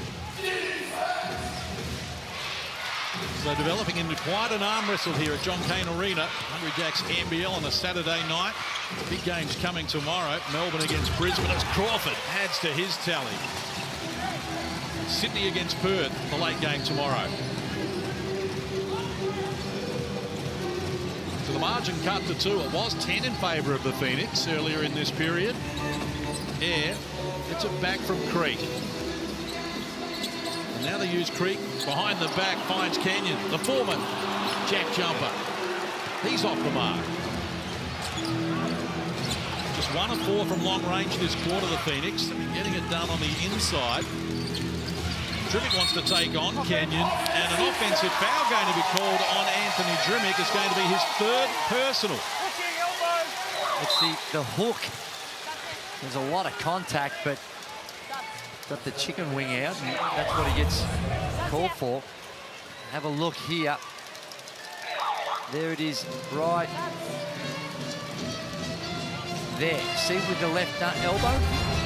Now, hand was on the ball when he had it. Sometimes you can get away with it when you've got the 2 hands on the ball, but not on that occasion. So Mitch Creek getting some attention from the medical staff there with a hand problem. A little over 3 minutes out from three-quarter time. Game on a knife's edge. Phoenix by 2. Shot clock rolls to 5. Here's Tarangi forcing his way to the bucket against McVeigh and coming up with the 2.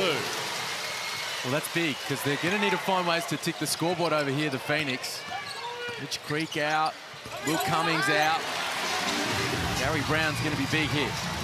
Brown goes hard at them. Couldn't convert. Gets his own rebound and then shut down by McVeigh over the back. And a foul is going to be called here on Gary Brown. 4th team foul on the Phoenix in this quarter. And Gary Brown may have picked up his 3rd.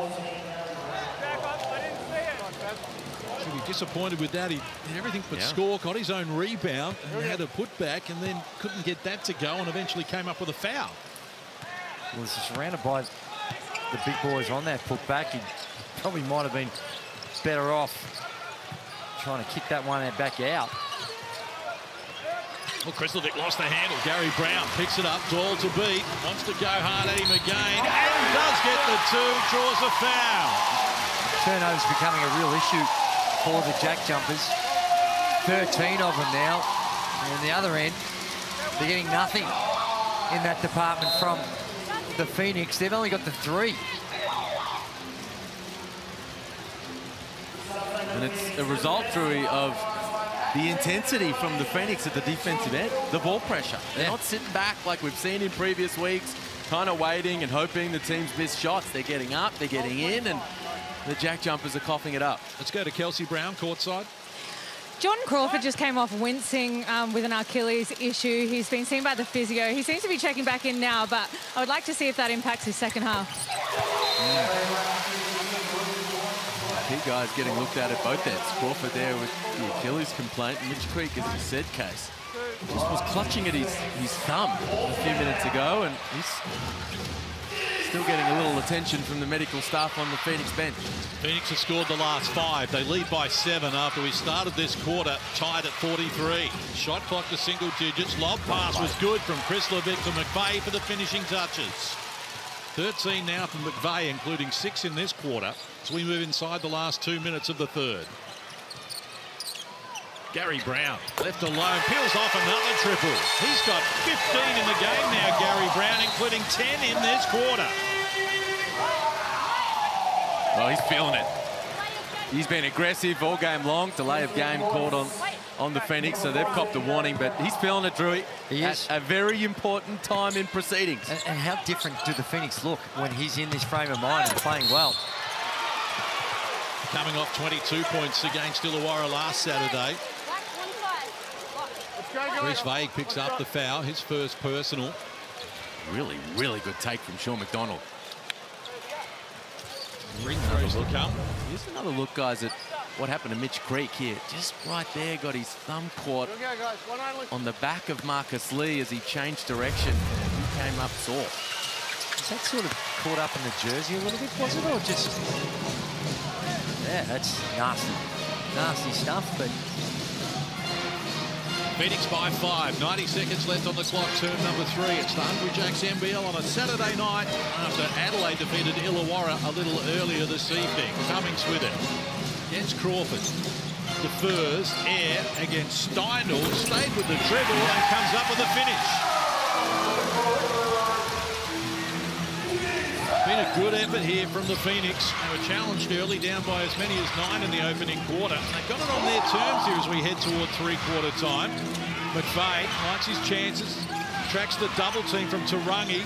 Crawford working inside Vague, and they found the open man. It was Majuk Deng swinging off the rim. They're playing catch-up. They had to send the double down low, and the JackJumpers, bit of pressure in the backcourt. But they played catch-up, and you saw it yet again, another classic example of how good they are at distributing the ball and finding the open man. Well, Mike Kelly calls timeout here in his 100th appearance as a coach. He's got plenty to ponder. He's up 5, 52 seconds left on the clock, but Gary Brown in this third quarter has really turned it on here. 10 points in this term alone out of the 23 his team have come up with so far, and the way he's done it as well, really taken it upon himself to be the factor. Well, he needs to be. You know, the ball's going to be in his hands, so whether he's finding guys or he's ticking the scoreboard over himself, he needs to be aggressive. The Phoenix need him to play that way, so he started to get the juices flowing here in the third quarter. Inside, outside, the step back is feeling good, and as a result, they're ticking the scoreboard over. They had 25 in the second quarter, the Phoenix. They've piled on the points again here. They've got 23 already in this quarter, and Gary Brown has been a very, very big part of it. He has a team-high 3 assists as well. Jordan Crawford has 6 assists to lead that category in the game, but just researching this game, coming in with the stats, one thing that stood out to me was the assist average for these two teams. Now, Tazzy averaged 18 assists a game, third in the competition. The Phoenix averaged 10, almost half that, lowest in the competition. What do those numbers tell you? Well, it tells me with Phoenix that they're a transition team. They're pushing it down the floor, then they're getting to the rim, and a lot of stuff's coming off the bounce rather than the pass. But those types of numbers will change sometimes quite dramatically throughout the season, and we are still very much in the early parts of the season.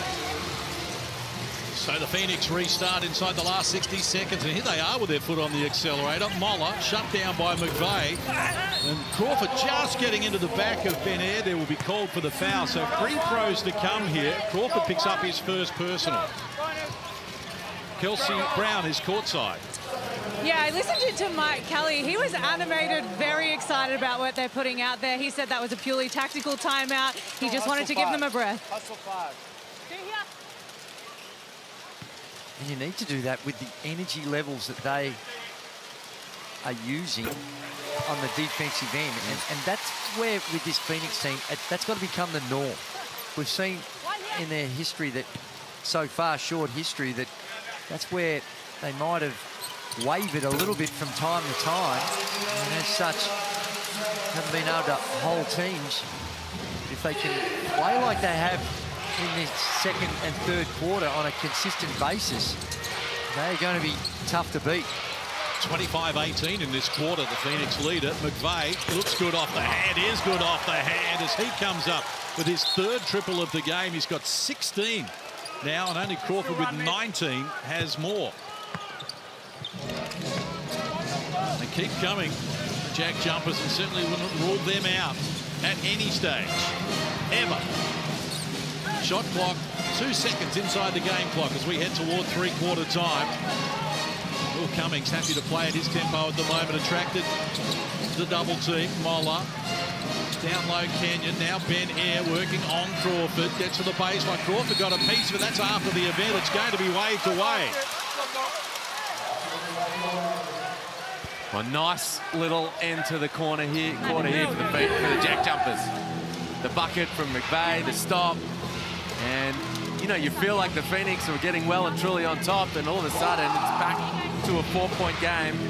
1 play. 1-8 on the clock, and McDonald doesn't want to take it. So three-quarter time arrives here, and the game is on. It's the Southeast Melbourne Phoenix with a 4-point buffer after we were tied at halftime. At three-quarter time, it's the Phoenix 68, Tazzy 64. Big last quarter coming your way in the Hungry Jacks NBL.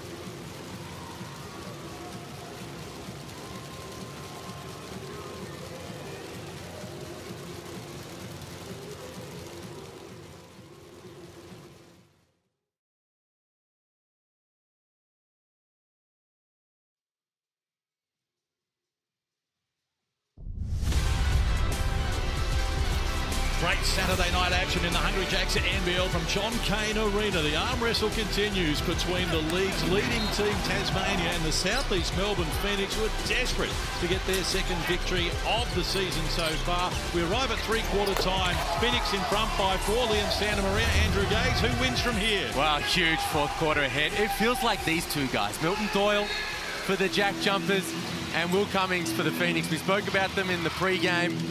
Neither of them have had a huge influence on the game so far. Can either one of those step up for their team in the fourth? Well, the game feels like Phoenix should have a bigger lead. As you're just watching the game, you just get that sympathy. They only trail it by 4, and Milton Doyle's only had 6 shots. 3 of 6. They've got to find a way to get him going. But it is the Milton Doyle quarter.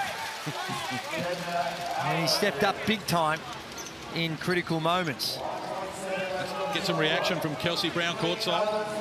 Scott Roth was very, very animated. He was kind of happy. He was okay. He wanted to set the tone in the first few minutes. He wants them to make sure that defense is where this game is going to be won. Well, they're shooting 61% from the field, the Jack Jumpers, but they're coughing it up. 13 turnovers to 4 has really broken them. And the Phoenix have been more efficient. This man's been efficient, and Jordan Crawford has 21 in the game. Beautifully executed baseline out of bounds play. Brown goes to Creek and gets it back. So McVeigh and Crawford, the only starters on the floor at the moment for Tasmania.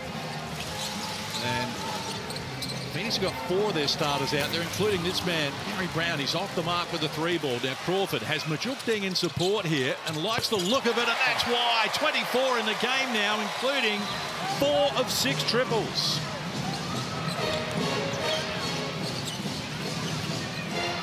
So Tazzy back in front here. Retake the lead in the first minute of the final quarter. Kenyon, the former Jack jumper, he ices the 3. I'm just looking at Scott Ruff's reaction every time he makes a 3. And he hasn't hesitated, Kenyon. It's going to be a foul. Have a look at the Harvey Norman replay. This is the pull-up 3. He's feeling it.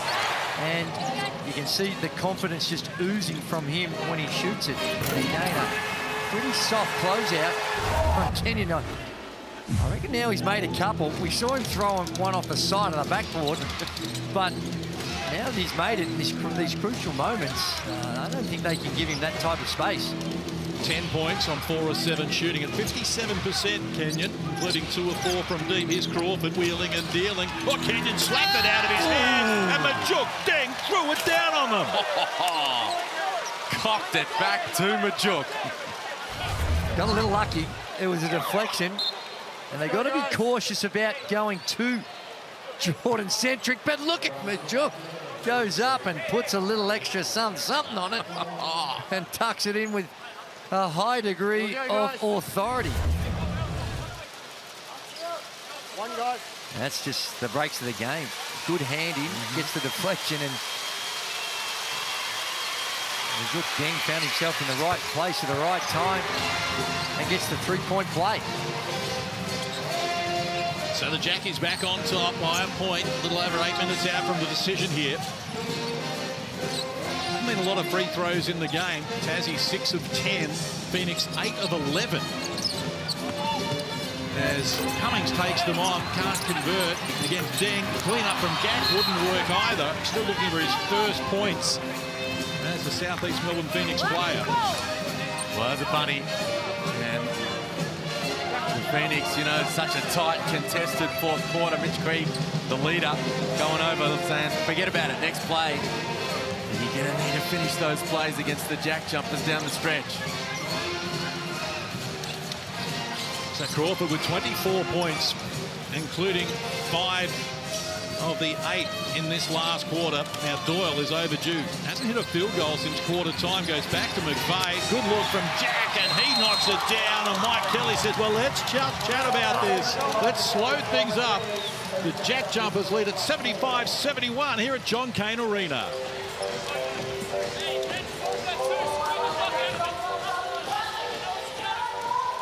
Well, that's what they do, the Jack Jumpers. They just keep coming at you. Down plenty in that 3rd quarter. Looked like it was getting away from them at one stage. Southeast Melbourne got out by 10, and they just don't lose their cool at any point. They just keep executing big play after big play here to begin the 4th quarter, and all of a sudden they've built themselves a nice little advantage. So the pendulum swings back towards the Phoenix. Mike Kelly calls for time. Says, and we've got to get ourselves sorted here at the defensive end. We're leaving guys open on the arc, and they're making us pay. Sorry. The challenge now on this Southeast Melbourne team, in front of a really healthy home crowd, to get back to getting stops so they can get back in this thing.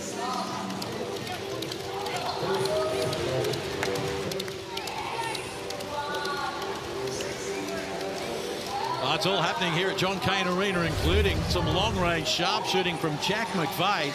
The Jack Jumpers are 11 of 19 at 58% from deep.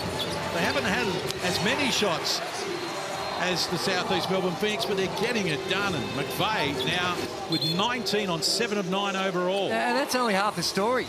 Case, 63% from the field overall. So they're getting it done in a variety of different ways. And a lot of times you can be critical of the Phoenix defense, but sometimes it's just really good offense, good shooting. And Cummings this time gets to the rim.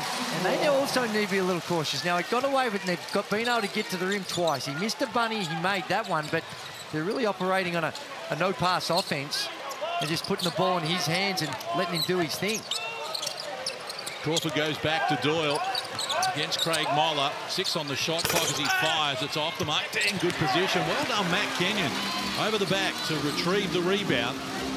Having an influence at both ends of the floor, Kenyon. 10 points, 3 boards, but he's playing with 4 fouls at the moment as well. 3 minutes played in the final quarter. Tazzy by 2 after being down 10 in the third. Shot clock to 5. Brown, head down, overcooked it from close range, got his own rebound, and on this occasion does defer back outside. So the reset. Shot clock at 5. McVeigh, block coming shot, and now Sean McDonald's off to the races, and Kenyon gets back with Cummins, and they defuse a dangerous situation. Well, big time defensive play from McVeigh, blocking the three-point shot. But you called it, Drewy. Very individual, isolation-heavy offense from the Phoenix here early in the fourth quarter. Doyle has 7 points in the first quarter. Milton Doyle has 8 as we speak. Crawford's taken over, fires over Mitch Creek, couldn't get it to go, and Brown the rebound. 6 boards for Gary Brown to go with his 15 points. No one has more for the Phoenix. Moller, little undecided, goes to Cummins. So there's 2 passes there, and they got Mitch Creek, Crawford trying to guard Mitch Creek on the box, and they don't recognise it. And Brown from long range again, a little deep with it, and Doyle grabs the board.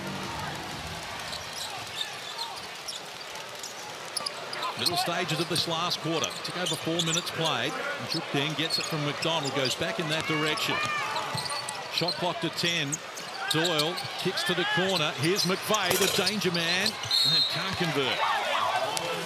Again, really good ball movement. You see the contrast right now with the Jackies as opposed to what Phoenix are doing.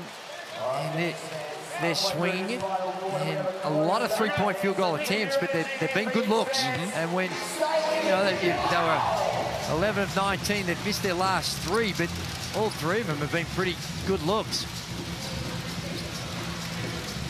So Brown hands over to Mitch Creek. Creek hasn't scored in this quarter. Brown fires, and a late whistle provided by James Griggle. So Chris Reed joins in as well. So 3 free throws to come. Little kickback play. That's exactly what it was. Shades of the shuffle. Yeah, and Drewy enjoyed it, no doubt. Gary Brown, a little kickback, open on the arc, and he's now stepping to the stripe for 3. 1 of 1 so far from the free throw tonight. 11 of 12 at 92% on the season coming into the game. Ooh. That was well short. Well done, Case. That wasn't me. That was harder to hit in the fourth quarter, Andrew Gaze tells me. Well, it depends on the margin. And this one here, games on the line, that looked a whole lot better, that stroke.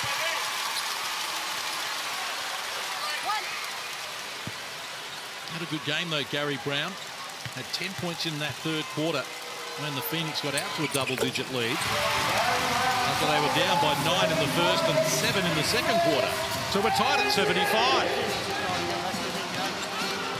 And I remind you, this is the top team against a team that could be on the bottom should they lose. That's how tight it is, the parity in the Hungry Jacks NBL. Never a dull moment. McDonald beats Doyle, harassed by Brown. Phoenix already had 3 team fouls in this quarter, and now they've got 4, and Doyle gets his first field goal since quarter time. That's tough. This is really good, just individual assessing the situation. A lot of contact. He goes up. Gary Brown didn't look like he did a whole lot wrong. And maybe just moving forward slightly. But Doyle, against that type of pressure. And I said it 4 or 5 weeks into his career.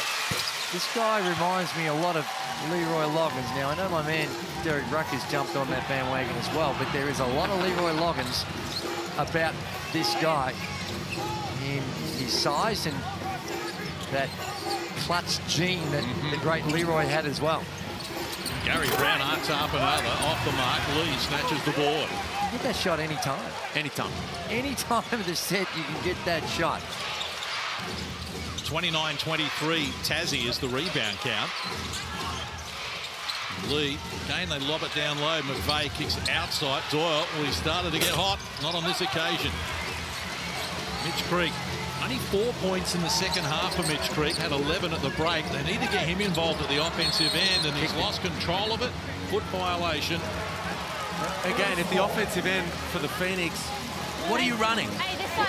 Who's calling a play and getting the ball through hands where everybody knows where the shot's going to come from? At the moment, I go one-on-one, you go one-on-one, and we see what we come up with. And at the moment, it's not producing consistent avenues to score. They're 2 of 9 from the field in this quarter. Make that 2 of 10. Just 7 points in this quarter for the Southeast Melbourne Phoenix and 14 for the JackJumpers. It is, and these are elite players making those plays. You know, you got Creek, Gary Brown, and Cummings doing it. But again, it's just a simple on ball. Get your head down and try and get to the rim. Yeah, does a full 360. Pete Cummings, 1 on the shot clock as he pulls the trigger. They needed that. 4 minutes to play, and we're on level terms.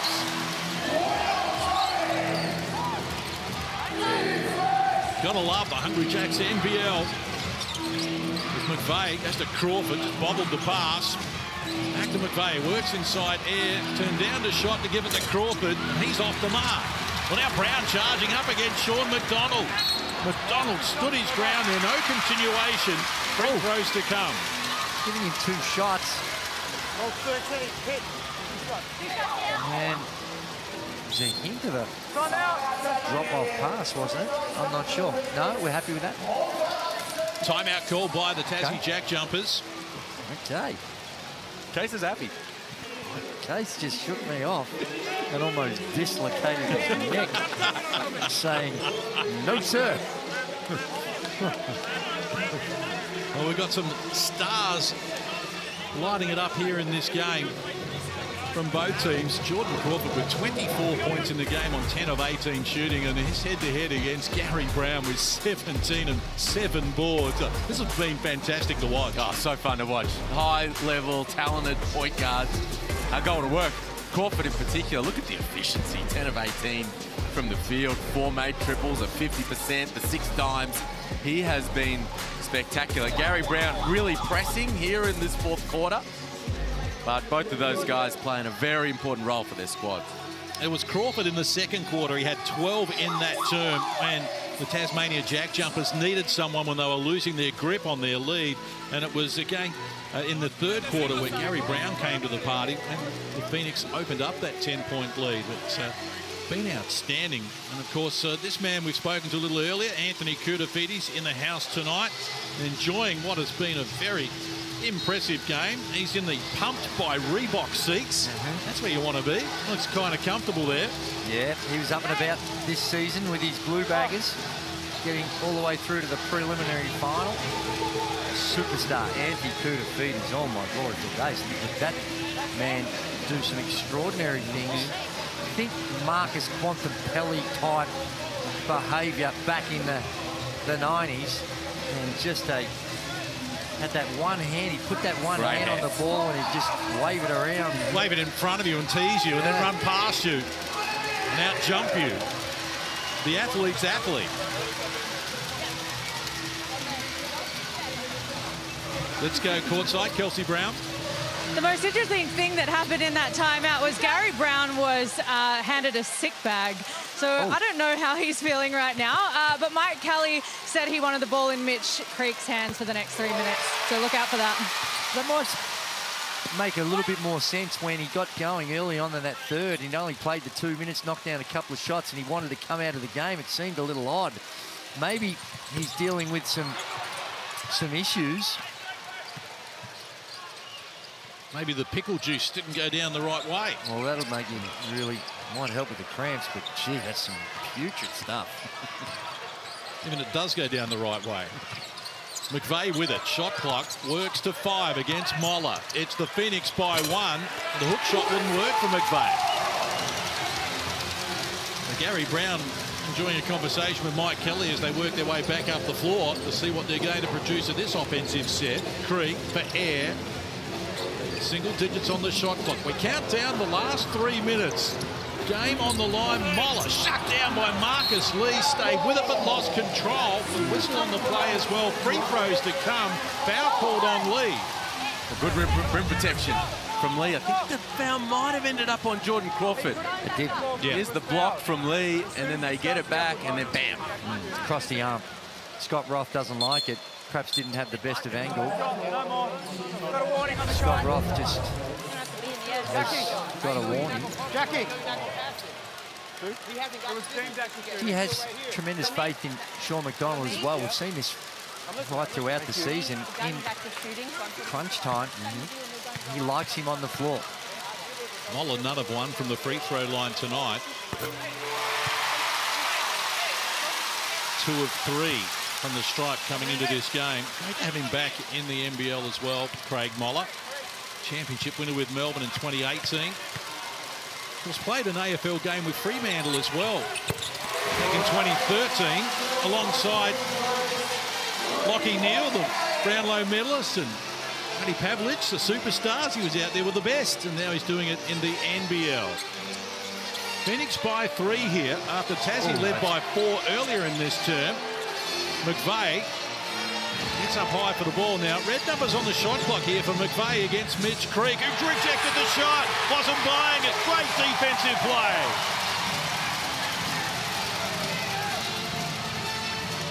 Here's Brown taking on Milton Doyle. He's going to go to the free throw line. Look at Mitch Creek here.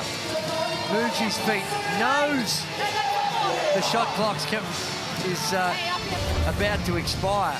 And even with the one, not in the bonus yet, from now on there'll be free throws, but that's just smart play by Mitch Creek. This time it's Cummings, a little off balance, coming up with the finishing touches. Well, they've had a big last few possessions here, the Phoenix. Ticking the scoreboard over, coming up with a couple of stops, and they're out by 5. And the JackJumpers have made 1 field goal in the last 4 minutes, and now they've made another. Wow. Mr. Clutch in the big moment. Cool as the other side of the pillow. I love it. Ready to just rise up and cut this thing to 2. 6 of his 14 in this last quarter, and as you can see, it's been an arm wrestle right from the get-go. Milton Doyle, right now the best player in the competition after he finished in the All-NBL team last season, along with Xavier Cooks, Bryce Cotton, Mitch Creek, and Derek Walton. And he's just a joy to watch. And when the going gets tough, Milton Doyle gets going. Phoenix by 2 though, and with possession. They wanted Creek involved in the pass, had too much on it. Couldn't control it, and a chance now for the Tassie JackJumpers to tie it away, maybe take the lead. Doyle against Moller. Isolated one-on-one. He penetrates, he can't finish. Creek controlled it with one hand, and it came to Moller. And that's a good defensive set by Craig Moller. Slides his feet, forces Milton Doyle into a tough one. Cummings with it, been big in this last quarter. 7 of his 15 in this term goes to Creek, who throws it up against McVeigh and earns a trip to the free throw line. High IQ play. Yeah, good take from Creek. Got him up in the air there with the shot fake. And I like the fact that they're just moving the ball a little bit more. Threw it away that last possession previously, but the pick and the pop and creating a little advantage, getting the defense scrambling a little, the Phoenix. Their offense all of a sudden looks a little better. Well, they've made the adjustment. They've taken 11 free throws at three-quarter time. They're going to be up to 20 when Mitch Creek finishes here. So that's where they're doing the damage. So full credit to Mike Kelly in his 100th game as a head coach in the Southeast Melbourne Phoenix, because for a lot of the first half, it was the Tassie JackJumpers dictating. Both teams in front here in the last quarter. Creek off the mark with the back end there. So it's a 3-point game, 70 seconds to play. Fans getting involved as well. Trust you're enjoying our coverage here in the Hungry Jacks NBL. Deng outside, kicks Crawford, the go-to man. He splashes the 3 to tie it away. Huge shot. Great extra pass. big time hit from Crawford. Huge possession coming up right here. So the shot clock well inside the game clock, some 32 seconds. Brown against McVeigh. And he gets it done. Gary Brown up to 21 points in the game. And he's had 16 of those in the second half. Timeout called by Scott Roth and the Tazzy JackJumpers. It is all happening. Wow, there's some big plays at both ends of the floor. And Gary Brown, well, firstly we see the go-ahead, the basket that ties it up by Crawford. And down the other end, good play by Deng to find his man with the kick out. And Gary Brown just taking matters into his own hands. Just a little too much space. Now he needs a half a step, and he's always going to be able to get that one off. It's first versus ninth on the ladder. I'm struggling to find out which is which here.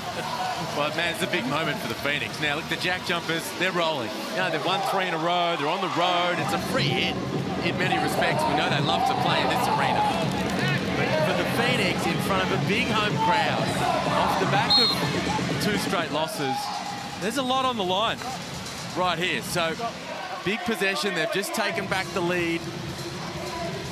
And can they come out? We've talked all about their defense. Mike Kelly's talked about their defense coming in. Now their defense needs to stand up on this big possession. And you don't need a 3. You don't. Was that only a 2? So right now, you can have a look at both options. Go ahead because you've got so many elite 3-point shooters, but still plenty of time. A couple of possessions here for the JackJumpers. Sean McDonald to restart. 36 and a half on the clock. That's a dangerous pass. Brown all over Milton Doyle, who spins into the paint. Tough shot. Couldn't get it to go. Creek grabs the rebound. Shot clock 7 seconds inside the game clock. Phoenix by 2. In the driver's seat. JackJumpers cannot afford to foul. And nor can the Phoenix, for that matter, if it comes to that. He picks up the dribble. He needs help. Finds Brown working inside. Doyle, the floater. It's off the mark. Moller, the big offensive rebound. Doyle snatched it away. Now there's a loose ball scramble. And it feeds Deng, and he's fouled. He goes down hard on a right ankle as well. This is going to be free throws at the other end of the court. And Jordan Crawford was out. It was going to be an uncontested 2 down the other end. 55. Push. We have wild scramble, and watch Creek take out Deng's legs hit right here. Ouch. It was inadvertent. Clearly, he was just... He saw a loose ball, Drew, and he wanted to dive all over it. And unfortunately, caught his leg. So they're going to adjust the clock here, but Majuk Deng walks the length of the floor. He's 1 of 1 from the stripe in this game. He's 13 of 17 on the season at 77%. He gets to the stripe more than any other player for the Tazzy JackJumpers this season. And these are pressure free throws, having been considered surplus for requirements by the Cairns Taipans last season, and formerly with Adelaide. Spent time with South Sudan at the FIBA World Cup. Majuk Deng on the line makes it a 1-point game. Fans on their feet here. 3.4 is on the clock. This to tie it away. Well, he looked very comfortable on that first one, and he's a career 81% free throw shooter. So he knows what he's doing from the free throw line. But when it's clutch time, things tighten up. And Mitch Creek did enough to get away from the contact, and it's all over.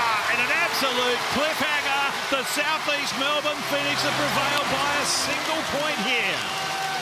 Majuk Deng makes the first free throw to make it 86-85, but can't make the back end. And what an emphatic finish this has been. Trust you've enjoyed it here in the Hungry Jacks NBL. Didn't really deserve to be a loser. High drama at John Cain Arena. the chance to tie it away and send it to OT, and it just rimmed out for Majuk Deng. The Phoenix in front of a really big, loud home crowd come away with a desperately needed win. Snap the two-game losing streak and avoid a fall to the bottom of the table. Big win for the Phoenix.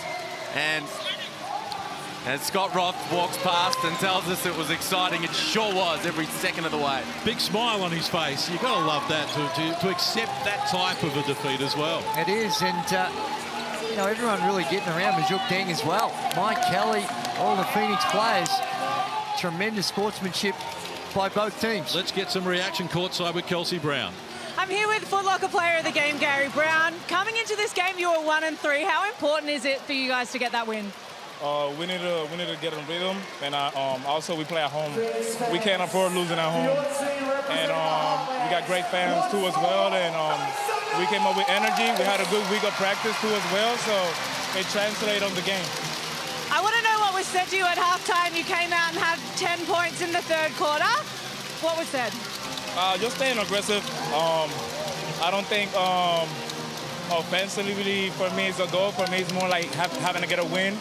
We need to pile up the wins that we have every time we play at home, and because right now, you know, we kind of like chasing a little bit. So we was in the same situation kind of last year. So we understand where we put ourselves. So we just got to get ourselves out of there. And Sauce back next week. How exciting is that for you guys? Love Sauce. Papi, we waiting for you. Awesome. Enjoy this win. Well, Gary Brown finishes with 20 points. The Phoenix win at 86-85. We're back to wrap it up from John Cain Arena right after this in the Hungry Jacks NBL.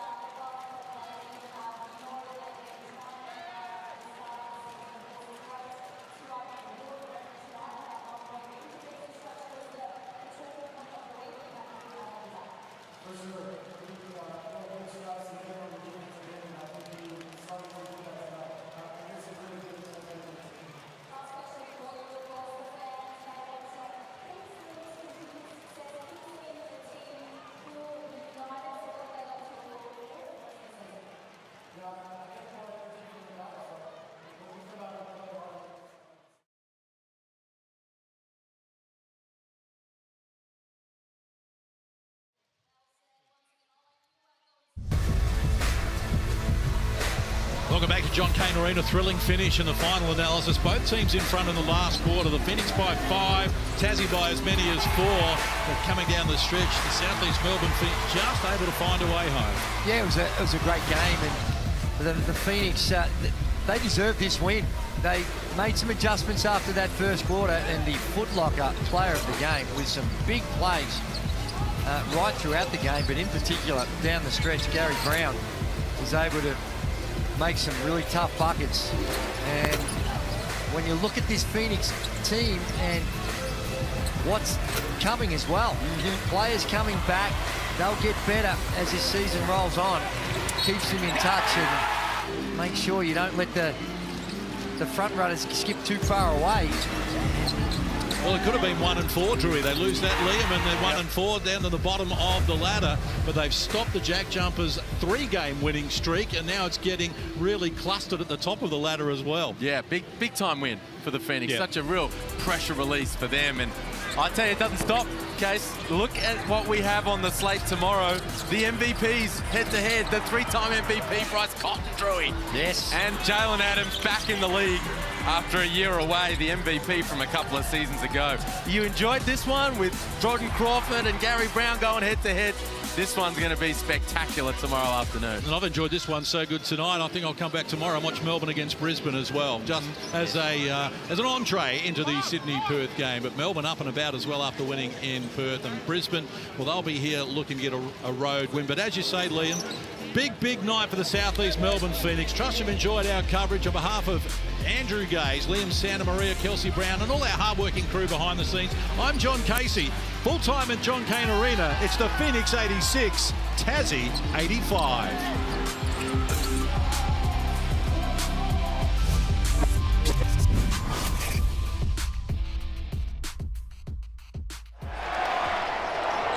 This program is brought to you by Hungry Jack's and Bunnings Warehouse.